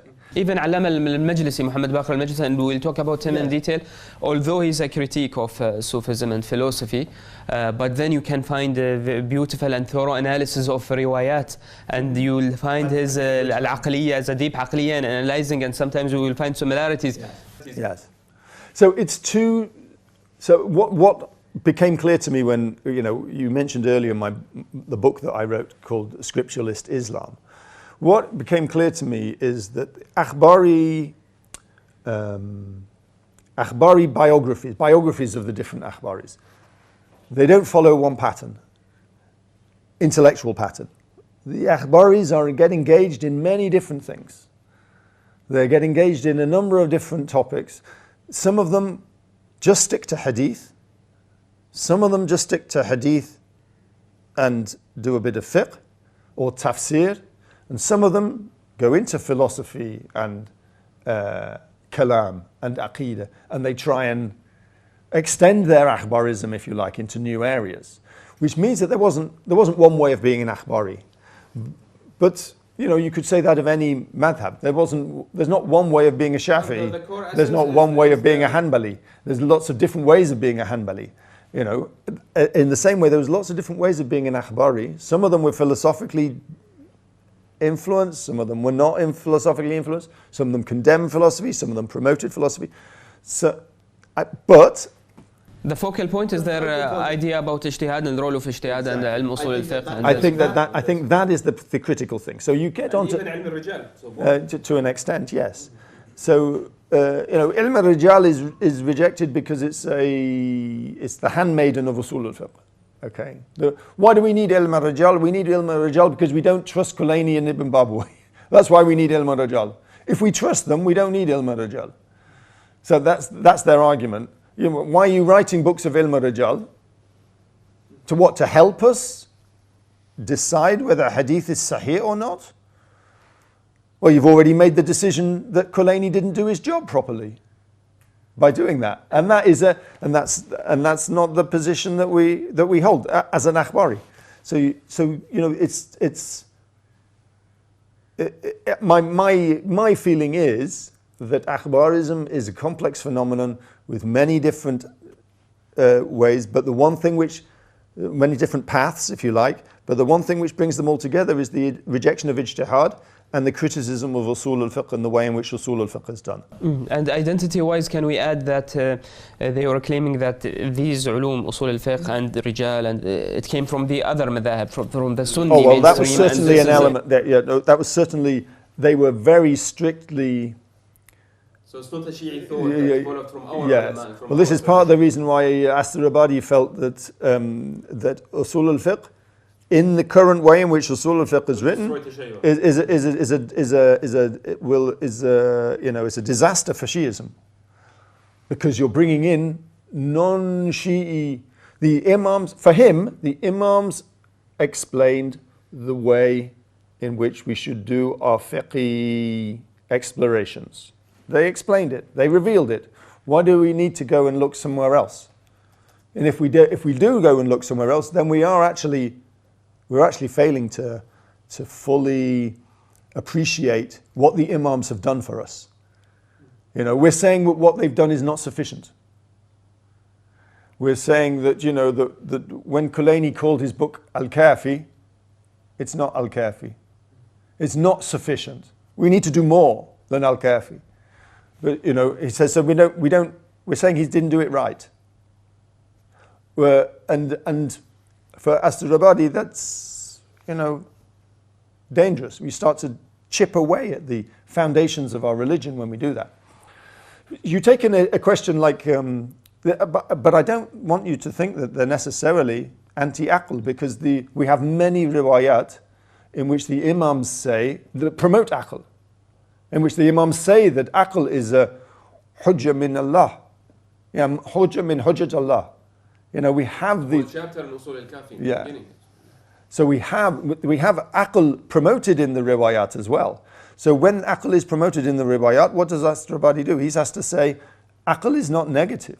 So they have a certain understanding of aql, the aql that the riwayat guided to, and the riwayat gave the characteristics of it. Yes, they're not anti-aql. They define. So, you know, people say, the Akhbaris are anti-Mu'tazili. They're not anti-Mu'tazili. You look at Astrabadi's ideas on tahsin and takbir. This isn't too technical, I hope, for your audience, but you look at Astrabadi's ideas on tahsin and takbir. They are a form of Mu'tazili ethics. They're not Ash'ari. Everyone accuses them of being Ash'ari, but they're not Ash'ari. So they're not the other version, or the Shi'i version of Wahhabism, just as some researchers try to say. Not. My point is that, you know, you have to treat them with some respect. You know, that they are original thinkers, they are deep thinkers. They wanted to solve a problem which they had identified in the Shi'i tradition, and you've got to take them seriously. That's not to say that you agree with them, but you've got to take them seriously. So, and it seems very clear to me that Astrabadi is not anti-aql, but he doesn't believe that aql. He doesn't believe in aql in the same way that some usulis do. So you look at his question on his answer to tahsin and takbir, it's a form of Mu'tazili. And even if they disagreed with Ilm al-Rijal, but then we find, for example, Alam al-Majlisi gathers all these ahadith in Bihar al-Anwar. So he doesn't believe that Kafi was Kafi. So he did another effort in gathering new ahadith that he found. And when he did his job, then he had certain criteria of collecting ahadith, and certainly he didn't collect everything that he found, because he chose some things and other things he left. He rediscovered texts which had been lost. Certain characteristics in choosing ahadith, which a certain type of Ilm al-Rijal also. First of all, there's the question whether Alam al-Majlisi, Muhammad Baqir al-Majlisi, can be considered an Akhbari or not. And this is a debate which you will know about, and maybe some of your viewers will know about, in the tradition, about whether or not, you know, there's even been a book written whether Majlisi was an Akhbari or not. But my feeling is he was an Akhbari, in the sense that everything that I've read when he talks about issues of usul al-fiqh seems to be in line with what Astrabadi wrote, and has similarities with Akhbari, central Akhbari themes. So let's say that he is an Akhbari. And then you find that Bihar al-Anwar is a different sort of hadith collection. Is he aiming to replace the early hadith collection, or is he aiming to supplement them? And here we have the emergence, the same with Al-Hur al-Amali and his collection of Wasa'il al-Shia. And to an extent Muhsin Faiz and his collection Al-Wafi. What are they doing? If they believed in the Kutub Arba'a, why are they making a new hadith collection now? I think at the root of it is something which Astrabadi said, and which Yusuf al-Bahrani also said, is that the hadith in the Kutub Arba'a are to be trusted without question. But other hadith may be able to help us in fiqh or in kalam in an indicatory way. So this is, if you like, something that's interesting about the Akhbari school is that it's changed. You think at the beginning, Al-Istirābādi just says all hadith are sahih. Don't question any of them. And then you find a development of the position to say that all hadith in the Kutub Arba'a are sahih, and hadith outside of the Kutub Arba'a, maybe they're sahih, but we have to do them on a one-by-one basis. So then you get a little permission, if you like, to do a form of ilm al-rijal. If you read Al-Istirābādi, you'd think no one will ever need to do ilm al-rijal again. Okay, you think that that as a discipline is finished, it's gone. But you look at the later Akhbaris and you find out that their position quite often is, for the Kutub Arba'a, you don't need to do ilm al-rijal. But outside of the Kutub Arba'a, we they become a little bit more open-minded. So it's about a canon, about the establishment of a canon. And, you know, the Al-Istirābādi wasn't the last word on what Akhbari should be. Just as Shafi'i wasn't the last word on what the Shafi'iyya should be. Schools develop, and they develop nuance and ideas.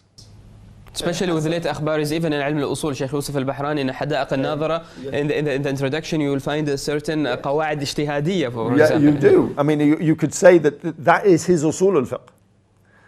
You know, that he wrote the muqaddimat to al-hada'ik al-nadira, and in those muqaddimat he writes a work of usul al-fiqh. It's a short work of usul al-fiqh. Now, Al-Istirābādi said no one should ever write a work of usul al-fiqh again. It's a useless, pathetic discipline which we got from the Sunnis. Whereas you find Akhbaris beginning to write works of usul al-fiqh because they realize that you need a method. Even if you're going to promote the akhbar, you need a method. And that method has to be laid down. So, you know, it's a big debate. And I've got students who are working on it at the moment. What is the relationship between Bahrani's muqaddimat and his fiqh in the rest of al-hadā'iq al-nadira? You know, so did he apply it? Well, we will wait and see what the results of their research are. But it's an interesting question. That part of the reason why Al-Istirābādi said you don't need to do usul al-fiqh, he said because the akhbar are clear. You know, the akhbar are clear. The reason why the akhbaris are different from Wahhabism or from Protestantism is that the akhbaris have this attitude towards the Quran, which is the attitude of ta'miyah. Or they say, we're blind, we can't understand the Quranic text. Only Ahlul Bayt Imams can understand. Only the Ahlul Bayt. But they go back to the Akhbar. Only they can. Only they can understand the Quranic text. So, we can't understand it. Not even, you know... To our limitations and to our... Yeah, Kul Allahu Ahadun. We can't even understand, you know, the idea of there being one God from the Quran. We can understand nothing of the Quran. We can only understand it because the Ahl al-Bayt have told us what the meaning is. We can read it, and we can think we understand it, but we can never know we understand it. And without the Ahl al-Bayt. So, this is something which you wouldn't find, say, Wahhabis saying. Wahhabis were saying, you can read the Quran, you understand it. You know, anyone can understand it. And Protestants would say, read the Bible, you can understand it. Akhbaris are more complicated. You can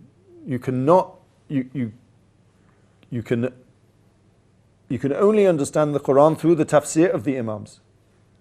The Imams are the only mufassir of the Quran. So their position is, so now we have another problem. How do we understand what the Imams mean? If they're the only tafsir of the Quran, then we have to do tafsir of the Imams. So if we refer to the dhuhur and we can't understand the dhuhur of the Quran unless the Imam says exactly, then we'll go to the dhuhur of kalimat al-Imam. Yes. So then we will use dhuhur. So we'll need the same terminology. So why you prevented us there and you... This was their problem. This was their problem. One of the ways in which they solved it is they said that the Imams are bilingual. They speak our language and they speak Quran language. So they translators. So they said they translate the Quran to us from Arabic to Arabic. So ظهور الإمام for us is hujjah, but Quran is sacred text which is above our understanding. And this is why they speak اللغة العرفية and they speak اللغة القدسية. اللغة القدسية.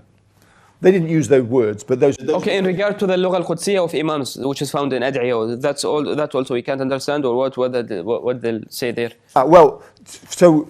Or Imam only spoke with us in اللغة العرفية in all the Torah. If the imams, so this is why they bring up certain Mu'tazili things, Mu'tazili ideas. If the imams didn't. If the zuhur of the words of the imams are not clear to us, it doesn't matter. The imams reveal to us what we need to know. And they revealed it in a way which we can understand. So we don't need to question.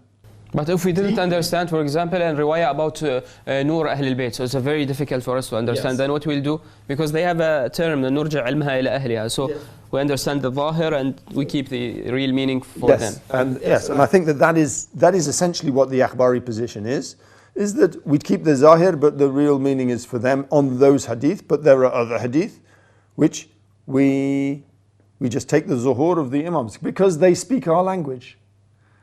We don't speak the language of God in the Quran, but we can speak the language of the imams because they speak both languages. And we will not be able to go deeper behind what the imams are saying unless they reveal it themselves. So for example, in Mubahth al-Alfaz, for example, something like Qiyas al-Awla, which people say, the Akhbaris is like Zahiris. They don't believe in any of the Qiyas or any of the forms of the Mafahim. It's not true. Some Akhbaris have said because the Imams at times used this terminology, or they used this technique, this methodology, they gave us permission to use it ourselves. So we can apply it in other examples. We can apply it to new examples. Now, Asulis will say that's just ijtihad. And the Akhbaris would say it's not ijtihad, it is a permission to do sort of istikhraj. It's a permission which the Imams have given us. It's not ijtihad. It's a kind of ijtihad that is guided directly and precisely from the Imam's Exactly. riwayah. So it's not ijtihad, but it's a form of derivation, agreeably, but it's a form of derivation which the Imams have said, you can use this form of derivation. So the Akhbaris eventually came to the position that it's not that usul al-fiqh as a discipline is rejected. It's that the Imams reveal to us usul al-fiqh. And that's the usul al-fiqh we have to use when we are explaining, giving fatwa, when we are explaining, doing fiqh. So the Imams gave us usul al-fiqh. The problem with the usul al-fiqh of the usulis, you add it from your own brain or from the Sunnis or from the Greek tradition or whatever. What we have is we have the Imams revealing to us an usul which we can then apply. And we have to apply that usul, which is what I think Yusuf al-Bahrani thinks that he can do in the Muqaddimat of al-Hada'ik al-Nadra. So I did my PhD on Yusuf al-Bahrani.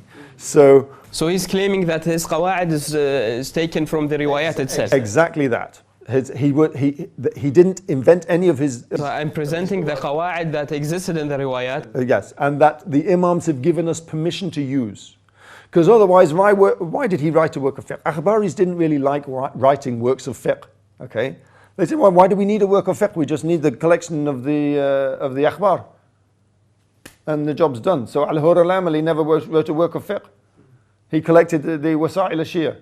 Whereas Al-Wafi for Faith al-Kashan is a different story. Then he has some commentaries. What a commentary on it, but he doesn't write a work of fiqh apart from Mafati' al-Shira'i. Okay, so like the argument would be, why do you need a book like Al-Hadaq al-Nadira is like many volumes, like 25 volumes. Why do you need a book of fiqh like that? If you're an akhbari, you don't need a book of fiqh like that. So akhbaris, generally speaking, are suspicious of fiqh as a discipline. Yusuf al-Bahrani believed that he had the right to write a work of fiqh because the imams had given him the qawaid for doing the istikhraj and the istidlal from the ahadith. But what's the difference that you mentioned between Fidh al-Kashani and al-Bahrani here? So Fidh al-Kashani only commented, whereas Yusuf al-Bahrani, he gave fatwas, you mean? Or he worked more on ilm al-usul? What do you mean exactly? Well, no, I'm really explaining why he has a work of fiqh. He has a work of, because akhbaris normally don't have a work of fiqh. They just have collections of akhbar. And then Fidh al-Kashani has some commentaries in Sharh al-Ahadith. It's not a work of fiqh per se. And you look at the Mafatih al-Shara'i, his work of fiqh, there's not very much akhbar in it. It's more like a mukhtasar type work. You could compare it to one of the others. There's very little istidlal within that. In Al-Hadaq al-Nadira, we have extensive discussions. You have extensive discussions of why the ruling is like this. Not just telling us the ruling, but why the ruling is like this. What are the dalils for the ruling? And the reasoning as to why we end up with the particular ruling. And when we find modern usulis take Yusuf al-Bahrani, Sheikh Yusuf al-Bahrani's theories into consideration and respected very well, then you see that he comes in the context of usuli thinkers. This is part of the reason why they say that he was a moderate. He's mutawassit.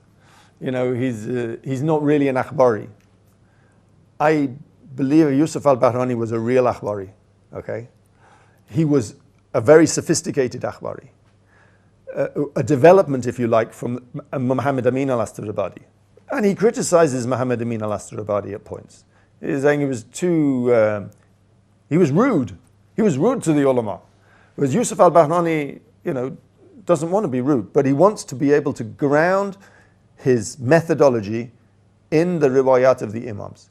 So the whole of usul al-fiqh for him is based on the riwayat of the imams, not on aql or on what the Sunnis say or anything else. It's on the riwayat of the imams. And if you look at the riwayat of the imams, you can construct an usul al-fiqh. And that's what he tries to do in the muqaddimat of the Al-Hadaq al-Nadira. And then you can apply those qawaid that you've discovered from the riwayat of the imams, you can apply them to fiqh. And you can write a normal work of fiqh, starting with the Kitab al-Tahara, and go through the whole thing, and you can write it completely using the muqaddimat. Now, the question is, did he use the muqaddimat? That's a separate question, but the theory is there. This is why Yusuf al-Bahrani's book, Al-Hadaq al-Nadira, is unlike any other work of the akhbaris. وقد حظي بمكانة علمية في المجامع الشيعية الأصولية إلى الآن. Different than فوائد المدنية or the works of the previous. Completely different. It is a systematization of the akhbari school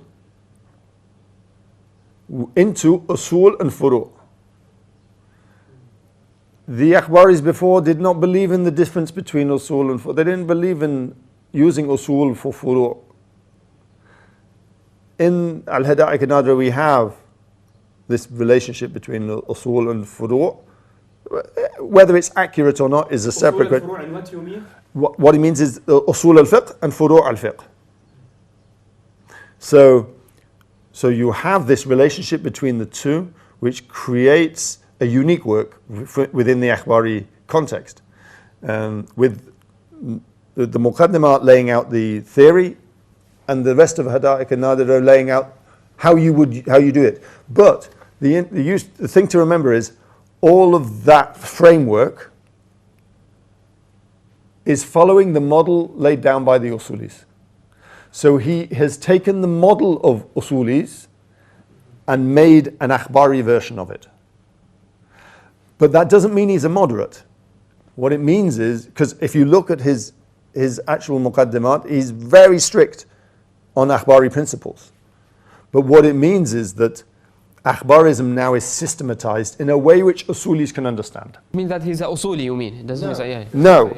And some people think that he was an Usuli.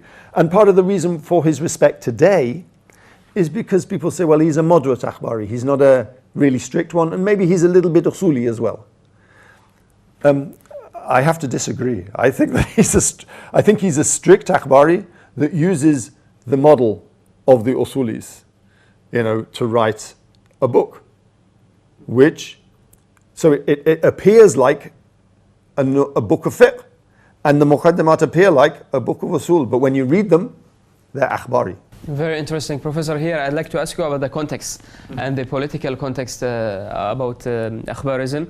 So we are in the era of Safawi period and Safawi rulers, especially Shah Abbas.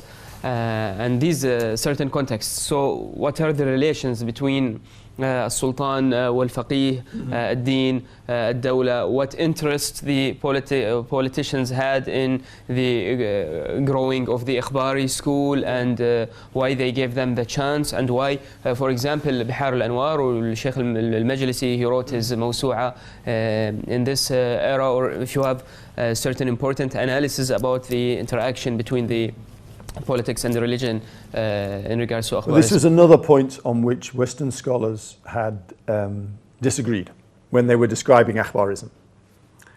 Some people had said that Akhbaris were anti-government. We know that in the tradition of Shi'i thought there has been this idea that there can be no government other than the government of the Imam. So every Imam is, every Sultan, every Khalifa, other than the Imam himself, the Imam Ma'soom, every other government is Ja'ir. It cannot ever become Adil. So we know that tradition exists in the history of Shi'ism.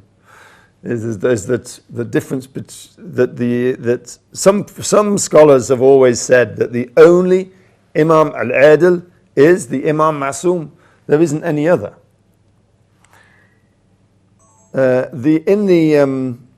In Western writings about the Akhbaris, there was this idea that the Akhbaris didn't believe in the Safavid state being a legitimate Shi'i state. They didn't believe in them.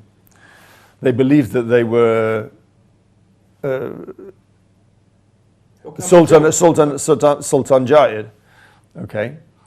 But then you look at the actual biographies of individual Akhbaris, and you find that they were embedded within the Safavid state. Faiz Kashani was a Qadi in the Al-Hur al-Amali, was Sheikh al-Islam of Mashhad. All of these people up until the end, so we're not talking about Yusuf al-Bahrani, which is after the Safavids. Or the praise that can be found in their books praise. So, Muhammad Taqi al-Majlisi, his commentary, his Persian commentary on the Hadith is devoted to the Safavid Shah. All these Akhbaris, who we identify as Akhbaris, they had a positive attitude towards the Safavids. Some of them had a positive attitude towards the Safavids. So this idea, for me, that the Akhbaris were somehow anti-government, that you find in some literature, I think is, we have to reassess it. Let's put it that way. We have to rethink it. What do they mean when they say? They mean in the first glance, before entering into politics, they have this idea that they are حكام الجور, but then they يقيمون الأمور ويرون المصالح, ويختارون خيارا معينا لخدمة الإسلام وخدمة التشيع, فيرون أن الخدمة في ظل نظام معين قد تكون فيه فوائد معينة, فيحكمون قواعد التزاحم. This is the traditional Usuli answer. This is also the Usuli answer. That is, they maybe it's a Hakim Ja'ir, but it's a good type of Ja'ir. It's a good type of Jawr. It's an acceptable type of Jawr. It's one which we can work with. It's not the same as the. And if the not working is worse than working with yeah, them and you help society by doing it.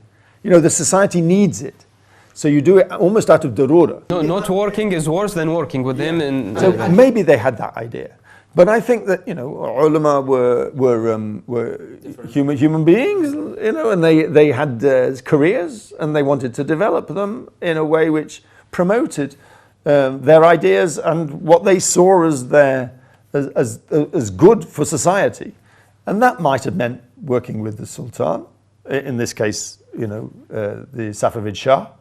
It might have, you know, outside of the Safavid area, it might have meant not working with the Safavid Shah and refusing to, like Shahid Thani or others. But I would say that why did the Akhbaris emerge within the Safavid period? With the Safavids, perhaps for the first time, we have a government. We have some governments before that, which were 12 Shiite, you know, the Sabidarids and others.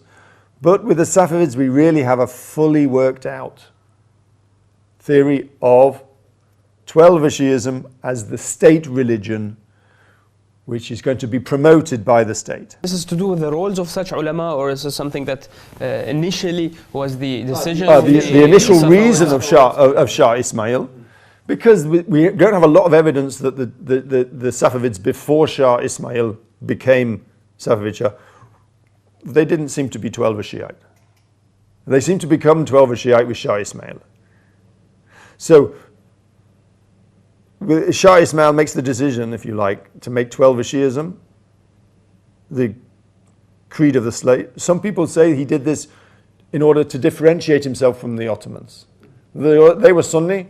We need to be different from them. Was he influenced from a certain ulama from ulama al-Tashayyu' and He his said, decision? well, you know, that is a question which I don't think we have a historical answer to. We have speculation that someone like Haraki manages to make him think that the way in which you can really build a good state is by building it on 12 Shiism. What did this mean for Akhbaris? It meant that the Akhbaris had a safe space to develop. I think this is one thing which did happen, is that Akhbaris were able to, that Shiism, 12 Shiism, by the time of Asturabadi, 12 Shiism in the Safavid state was so firmly established that people felt we could criticize the mainstream. So that was one thing. One reason why the Akhbaris came about then is because they felt they could criticize the mainstream now, because 12 Shiism had managed to confirm itself within the population. But also, this was the first time that the 12 Shiites had to come to terms with, if we have a state, what sort of law are we going to put into practice? In the past, it was all a theoretical law, because when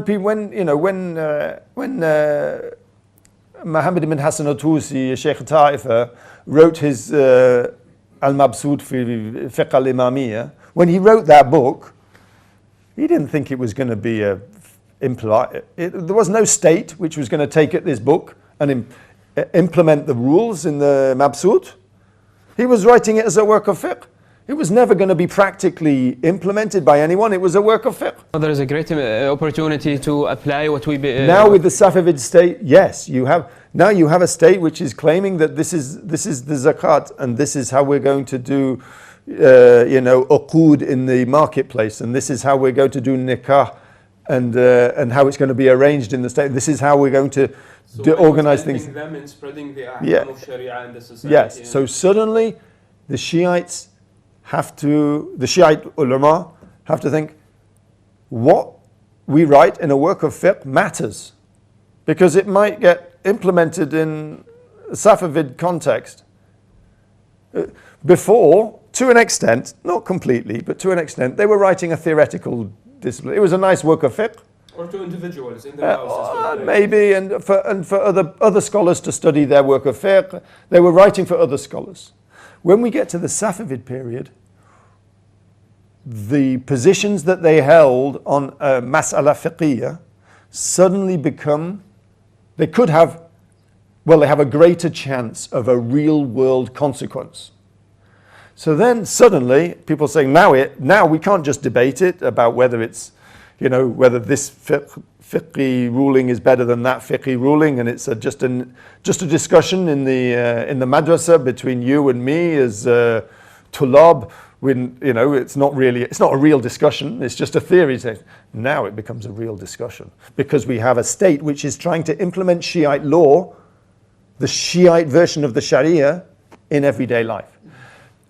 When you have that, suddenly so much more is at stake. Now you start to have some people say, maybe we've gone wrong. So that gives, if you like, the chance for someone to really question the basis of the works of fiqh which have been written in the past. Really question them, because now we've got to do something which actually has practical implications. The final thing which I would say is that why did the Akhbaris appear when they did? Is because by making Twelver Shi'ism if you like, the religion of the Safavid state, by making Ithna Ashari Shi'ism the religion of the Safavid state, what did is Shiite identity, what it meant to be a Shiite, a Twelver Shiite, suddenly becomes a matter of political importance. What the character of Twelver Shi'ism is suddenly becomes something which is going to be debated about in society in a way perhaps it wasn't in the period before the Safavids. And as I said before, one of the things which was burning at the heart of Muhammad Amin al-Astarabadi's ideas was the feeling that Shiite religion was under threat. Why did he feel that? Why was that an important question for him? It was an important question because the Safavids are promoting Shi'ism. And therefore we have to get the religion right. If we're going to have a state promoting the religion, we have to get the religion right. And he felt that the religion had gone wrong. So another reason for the emergence of the Akhbari critique of Usulism was because of the high profile. Which type of tashayyu' are we going to produce and promote to the world? And because is it going to be like the Kizilbash? Is it going to be like the Usulis? Is it going to be like the Sufis? And all the historical implications that will follow on. Or is it going to be a pure Shi'ism based on the riwayat of the Imams, which is what Astarabadi wanted to promote? He says that's the only Shi'ism that matters, is the Shi'ism that's based on the riwayat of the Imams. And if we take that message seriously, then we have to change the way we do usul al-fiqh. And all of these mujtahids you see around us, they have to change. This was his... In this context, we find that in the Safavid period, the ulama, Akhbari ulama, like Hur al-Amili and others, they critiqued Sufi orders and Sufism very much. And also Mullah Sadra, then he critiqued the Jahalat al-Sufiyya to emphasize between Irfan and Tasawwuf, and then the two terms, Irfan and Tasawwuf, separated also. Yeah, well, I think that Mullah Sadr is sort of like this interesting figure. He's not Akhbari. I wouldn't even dream of saying that he was Akhbari. But he has a very clear notion of what is good religion and what is bad religion, how religion should operate. And that is a sort of a product, if you like, of the debate in the Safavid period when you can't have, people became less tolerant of ambiguity, in the Safavid period because it became a matter of political importance. So saying, is this part of Shi'ism, is it not part of Shi'ism? Is this part of true religion, is it not? Some people would say, well, it's okay. Some people think some people do this, some people don't do this.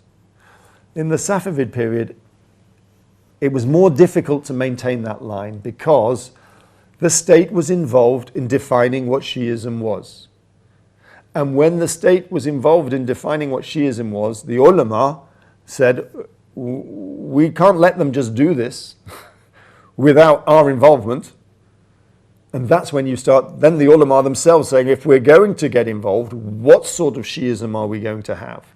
And that's why you have emergence of something like the Akhbaris at this period in time, is because of the context of and the importance, if you like, of the question.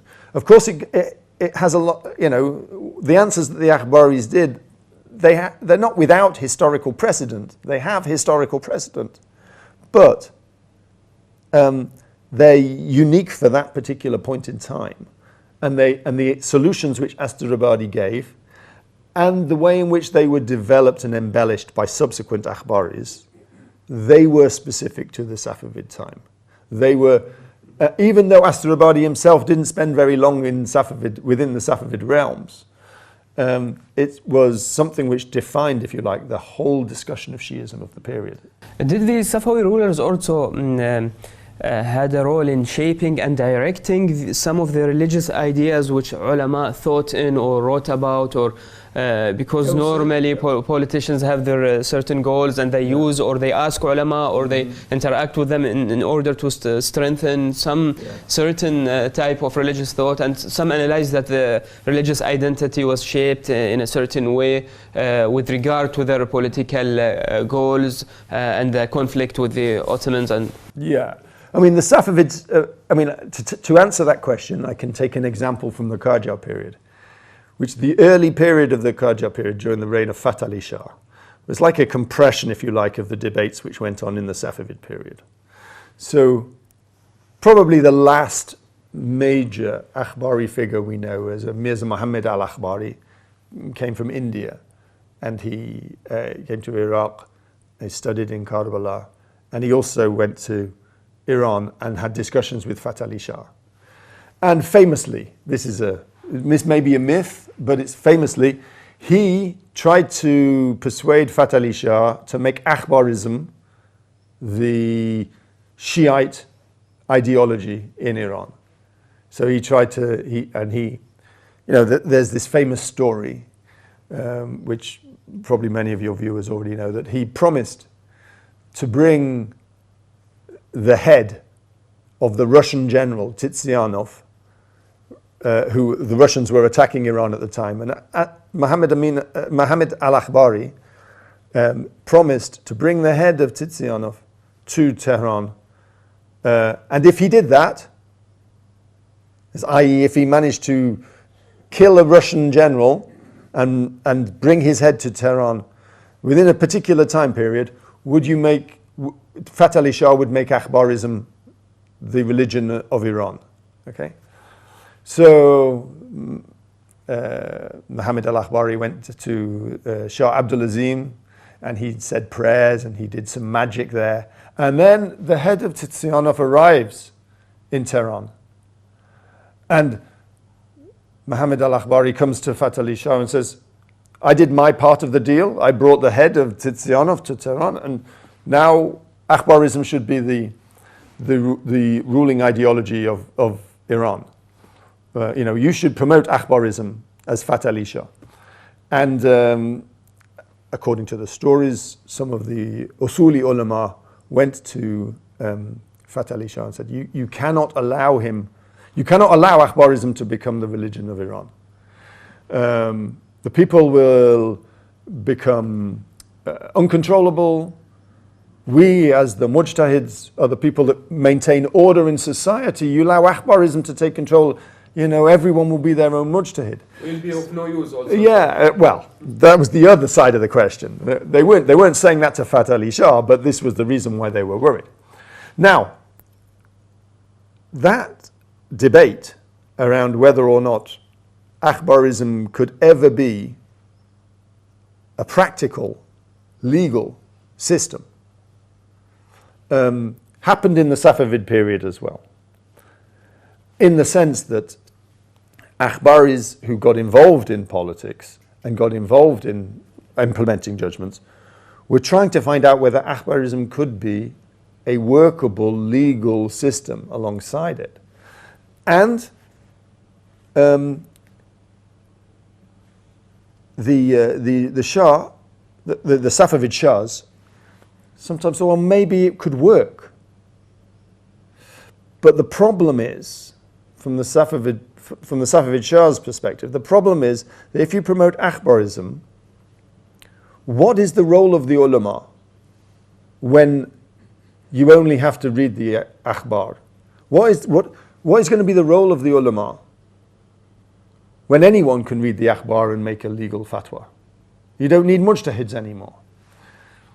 And the Safavid Shahs tended to say, you need the ulama because someone has to guard, if you like, the system. Someone has to make sure the system functions.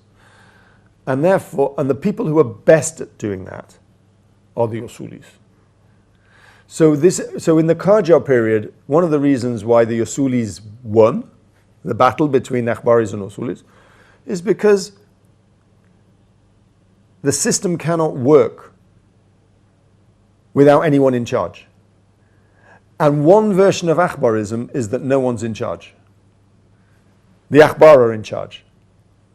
And you can read them, and I can read them, everyone can read them. You know, knowledge is free. And without anyone in charge, the system will, you're basically inviting religious anarchy.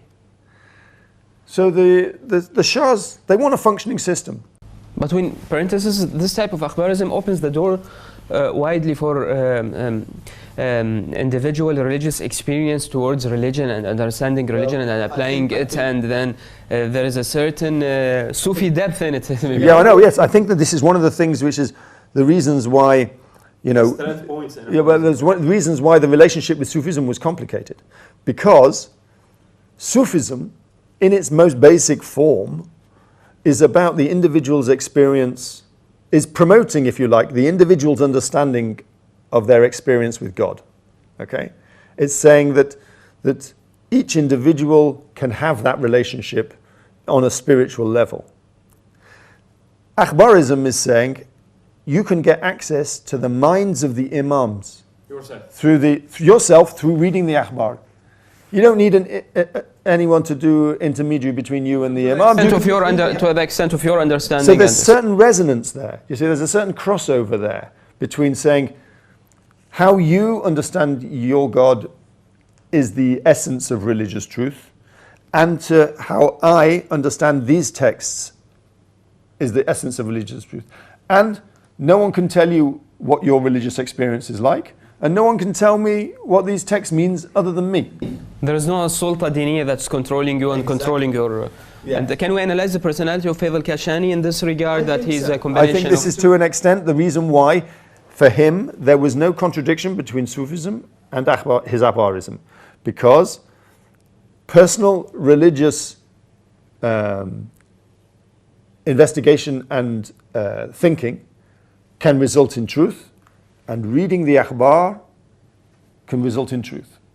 So for him, the two systems were similar for him.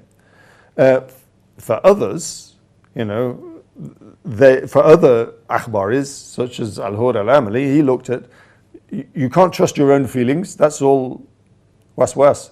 You've got to understand what the akhbar say, you know. And as akhbarism developed, it started to control the meaning of what the akhbar might be. How do you control meaning of the akhbar? You need mabahat al-alfaz. Yeah, you need another way. You need to have a mechanism for controlling what akhbar can mean. They can't suddenly mean anything. So you get a class certain of sulta comes. So also ordinary people in the society, if they are akhbari between so they can have a marja for them. I would say this. Some people say, well, akhbarism is a bit like a democracy. It democratizes religion. Okay, so it makes religious truth available to everybody. Well, in its original essence, maybe, but as akhbarism developed, it became more invested in the idea of there is an alim and a jahil. Okay? And it's not that you do taqleed, but the ulama, they pass on the ilm. You know, they act like yeah, they pass it on straight. You know, they're like a motorway. You just travel, they just provide the ilm to go straight to the individual. But that still means that you need ulama. And when you get to Yusuf al-Bahrani, Pass it and explain it also. yes, and when you get to Yusuf al-Bahrani, you have an even greater level of technical element. You have usul al-fiqh, which is from the riwayat of the imams. The person has to be skilled in applying this usul al-fiqh and applying it to the imams, not to the riwayat of the imams. Not anyone can do it.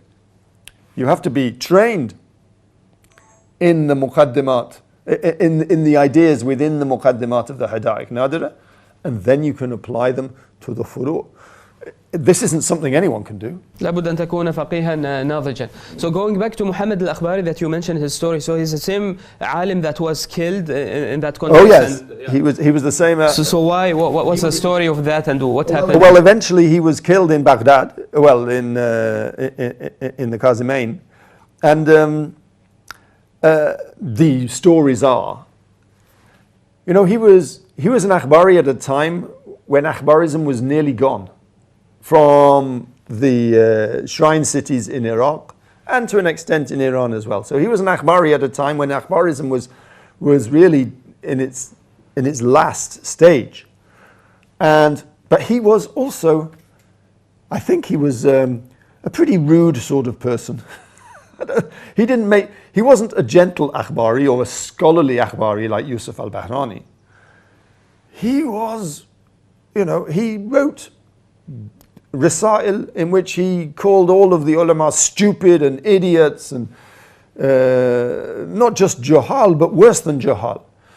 And he wrote this, his body of work is full of these really intense criticisms of the ulama, and particularly the mujtahids. Okay? More than Istiraabadi. Even more than Asturabadi, more explicit than Asturabadi. The tashni' that you find within Muhammad al-Akhbari's work, it's really strong. This, of course, made him many enemies, particularly the members of the Kashif al-Ghita family in Najaf. So لم يتحملوه emotionally, or it's something to do also with the political context and his ideas, or all together? No, I think that you could be, in those days you could be an Akhbari and you weren't going to get killed for being an Akhbari. No, what he was very intense, and he was. But what he did was he had a personality which meant he couldn't stop himself insulting the people he disagreed with. He couldn't just have a mubahatha with someone. It had to be a munazara. So munazara. So do you see what I mean? It's got to be a debate. Munaza'a, you mean? Yes, it's got to be a debate, like a battle, rather than just a conversation. He could never work out how to. So it's not to do with his political views and the political role? I don't think so. I think it was because in those days you could be an Akhbari, but you weren't going to get killed. He was an Akhbari who made himself so many enemies, partly because of his political involvement in Iran and his attempt to make Akhbarism the ruling creed in Iran, but also because of the way in which he wrote about the ulama, and also because of his magic as well. نورمي علماء وفقهاء الشيعة معروفون بالاعتدال بالتسامح بالوسطية وخصوصا في موضوع الدماء. So what happened here where they used the violence, for example, between parentheses, and maybe it's حالة نادرة في التاريخ, it doesn't happen too much. No, it's very rare. It's very rare that they saw in Akhbari, in Muhammad al-Akhbari, they saw in him someone who was causing trouble, who caused trouble with Fath Ali Shah, and he may be causing trouble with the Ottoman authorities in Baghdad as well. So there's all sorts of theories that the Shi'i ulama, with the Ottoman authorities' help, raised the mob which eventually raided the house of Muhammad al-Akhbari and killed him and some of his students. And that they did this because this was the Ottoman period of the occupation of Baghdad. They did this with the Ottoman authorities saying it's fine. He's a dangerous person. He's a troublemaker. Everywhere he goes, he's a troublemaker. If you want to attack him, we won't intervene. تم التخطيط لها بشكل ذكي حتى يعني لا يتهم العلماء بالقضية. But there is a فقهاء or after that or no حالة معينة شكلت في المجتمع وتصدى البعض لقتل محمد الأخباري أو لا، هناك أيضا الفقهاء هم الذين كانوا خلف القضية، وهذا الأمر غير واضح في البحث التاريخي. Well, there was a fatwa against him, and some people felt if there's a fatwa against him from a great scholar, then we have to implement it. Killing him, or Yes, no, his blood is legitimate. So there's a fatwa which says his blood was legitimate. From to this extent. yes, and when you said that, you know, that spilling his blood is halal, then some people said, well, we have to fulfill this fatwa. Of course, there's many fatwas given, and not every fatwa is fulfilled. So there was a ground for that action. There was a legal ground that was based on a mujtahid's fatwa, which permitted it, and at the same time there was a political advantage because he was causing trouble with the Ottoman authorities.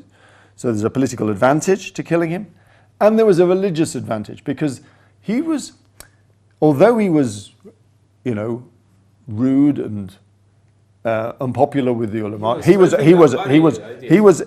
strong in his Akhbari ideas, and he was obviously a good speaker. People liked, people liked him. He had a following. He you know, he social media influencer in today's yeah, exactly. To my knowledge, he never had any money problems. You know, he didn't run out of money. He had supporters who were going to finance him. All these factors gathered All together of these in factors, this phenomenon. and it was, and you know, it may be that they didn't mean to kill him, they meant to scare him or something, and he ended up being killed or whatever. But it was certainly an advantage to have him dead rather than alive. So as you said, it's rare in the Shi'i context. It is very rare. It is very rare, and that's why it's notorious. Why many people refer to it. But it is a case in which, you know, that a mob stormed his house and killed him, and then we don't know where he's buried to today. We think he's buried somewhere in Kazimane. Yeah, in one of the yes. So we think he's buried in Kazimane, but we don't know exactly where, and there's no sort of alama for where he's buried or anything like that. We don't know where it is. There are theories about whether it's in this bab or that bab of the Haram. Very interesting interview, and we are running out of time, but let us finalize with the issue of مدرسة التفكيك, the Tafkik modern school, and how we can combine or compare it with the Akhbari school. So it's the new and the modern version of the Akhbari school, and you're familiar with Mirza Mehdi Isfahani or the modern scholars in Iran mainly or in Mashhad. So are they trying to revive it again, or there's something different which rised against the very strong movement of philosophy and Arfan and Mullah Sadra's school nowadays? So they thought, no, we need to present something against this school, and then we can gain from early Shia thought, we can gain from also the Akhbari thought, and we can shape our own ideas. So what do you believe in? Yeah, well, I think that the Maktab al-Tafkik, it takes up some of the ideas of Akhbarism, but I don't believe that they are pure Akhbar. I mean, I've spoken with colleagues in Iran who work in the Hawza, outside of the Hawza, and some of them have described the Maktab al-Tafkik as just the Akhbaris of today. I think that they're more complicated as a movement than the Akhbaris of today, partly because what we know that from what we've been discussing this morning, the Akhbaris, they didn't being an Akhbari didn't mean that you viewed philosophy as negative. It could mean that you viewed it as positive, like some did, or some of us viewed it as negative. The Maktab al-Tafkik, you know, as I understand their message, and I'm still learning about this, you know, a charitable understanding of it is it's not that they view philosophy as illegitimate. It's that they view that the findings of philosophy cannot influence religion. It's not that philosophy is untrue or that it's false or whatever. It's that religious sciences shouldn't be influenced by philosophical ideas. So in this sense, they have some similarity with the Akhbaris and who believed that all of the information should come from the riwayat of the Ahl al-Bayt. So that means that they're similar in some ways to the Akhbaris, but I think that they are not anti-ijtihad. Mirza Mahdi al-Isfahani, he wrote a work of Usul al-Fiqh, he promotes ijtihad in it. So he really promotes it. He's not anti-ijtihad in the way that the Akhbaris were anti-ijtihad. So the similarity doesn't work perfectly. But what I think we do need to understand and take seriously is the idea that what sort of truth are we aiming to achieve through our studies? The Maktab Tafqiq's answer is, if you're studying religion, you're aiming to achieve religious truth. It's different from philosophical truth. Don't mix the two. Don't persuade yourself that truth is one thing and all of these things are mixed, form a single truth. Religion and other disciplines, they contradict each other. Yeah, exactly. They're not.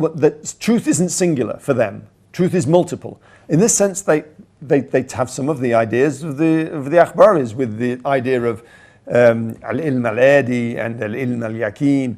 You know, these different ideas that al-Isteraabadi seem to be promoting in terms of different types of... But they are a bit open-minded when they say that we can compare between the Quran or riwayat and the philosophical principles and results. So whatever agrees with the Quran or riwayat, we can agree with it. And so they take from philosophy and they... that's almost like a coincidence. That's almost like a coincidence that philosophy happens to have found a truth which we already knew in the Quran. You know, so that's, I mean, the other thing is that they believe that you can read the Quran directly. You don't need the riwayat of the Imams. So the Quran has a message for them, for the Tafqiqis. So they are, people say that they're the Akhbaris of today. I think that, it might be a useful comparison on one level, but on another level, actually, you've got to treat them as a new phenomenon in some ways. Why have they come about? Why have the Tafqiqis emerged in this period in the Iranian context? Because they're principally an Iranian phenomenon. They don't necessarily have resonance outside of Iran. The Tafqiqis are primarily an Iranian. هذا حال العلم، يتراكم، يتطور، يبني على السابق، يؤسس لمنهجيات جديدة، لا يكرر نفسه 100%، لأن كل عالم هو ابن سياق، ابن زمان، ابن إشكاليات يعيشها. I hope you got my Arabic. I think specifically the popularity, if you like, of philosophical thinking, not just Irfan but also the Sadrian school more specifically, and the popularity of Ibn Arabi's ideas from Ayatollah Khomeini and others and Tabatabai and his students, they are all sort of developing this idea. You're going to have a reaction against it. People need to be able to question the dominant narrative, they say. You ought to be able to question it. It's one of the natures of a real rich intellectual world, like the Hausa, is rich because it has debate. So the Maktab Tafqiq, I think that they're not an existential threat to the ulama, to the Hausa. Some people see them as an existential threat to the Hausa. I don't see them as an existential threat to the Hausa. I see them as a movement that emphasizes particular trends within the Hausa. And the question is whether or not we're going to take their message seriously in terms of having a slightly more nuanced understanding of the way in which philosophy and religious sciences interact. And I think that we're still at an early stage, if you like, of trying to understand what the implications of the emergence of the Maktab Tafqiq might be. Even though it's been around for some decades, I think that we're in the situation whereby we're still understanding how religious learning might be affected by a more riwayat-centered approach towards. I still have several things in my mind. I'll combine them in my final question, and I leave the last comment for you. So I'd like to hear from you about your views about the عرفاني تشيع, and if you have any interest in this, or if you worked or read a bit about it. But also if you have a final comment in gathering all our long interview about Akhbarism, or maybe throughout your research you reach to certain interesting conclusions that are that are specific to your research, and they are your personal اكتشافات, for example, or throughout your involvement with the Shi'i heritage in general, maybe some topic or that you find very interesting for you, or like you can finalize in talking about any of these 4 points, or there's quite a lot there. I could talk on each one for quite a long time, but I would say that, you know, I'm not an expert on Irfan, but obviously you can't deal with, you can't have communications with and work with people in the Hausa today, particularly in the Iranian context, without an understanding of how Irfan as a discipline, as a sort of subject area, has become so important for students, and how it has enlivened. For many students, Irfan is the answer to how the Hausa can communicate with the outside world. Irfan is the way in which the Hausa can have a message that can stretch beyond the Hausa. The idea that's an understanding of religious truth that you can get through personal reflection and philosophical thinking, is one way in which the Hausa can offer its expertise outside of the Hausa. So I can see it becoming a very important point of how the Hausa communicates with the outside world. And if I was going to say one of the things which I've learnt, and one of the things which has become important for me in my studies, has been the way in which the communication and the relationship with the Hausa has improved over the past 20 years, 20, 30 years since I've been involved in this. Particularly the Hausas, both in Iran and in Iraq, I'm finding an open door.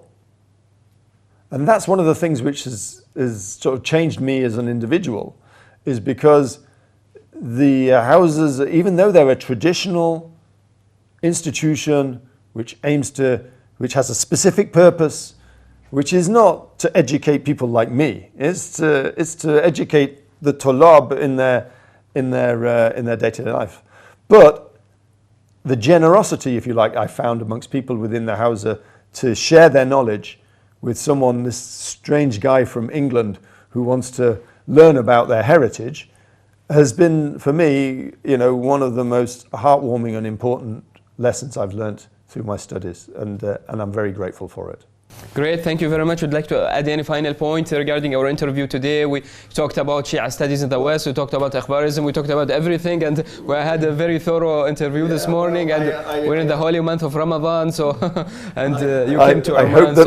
I hope that the listeners are able to have followed some of the technical points that we're discussing, but also some of the important messages, because it's been a real joy to talk to you and to exchange views and to learn about what your priorities are, and I hope that I've been of some use.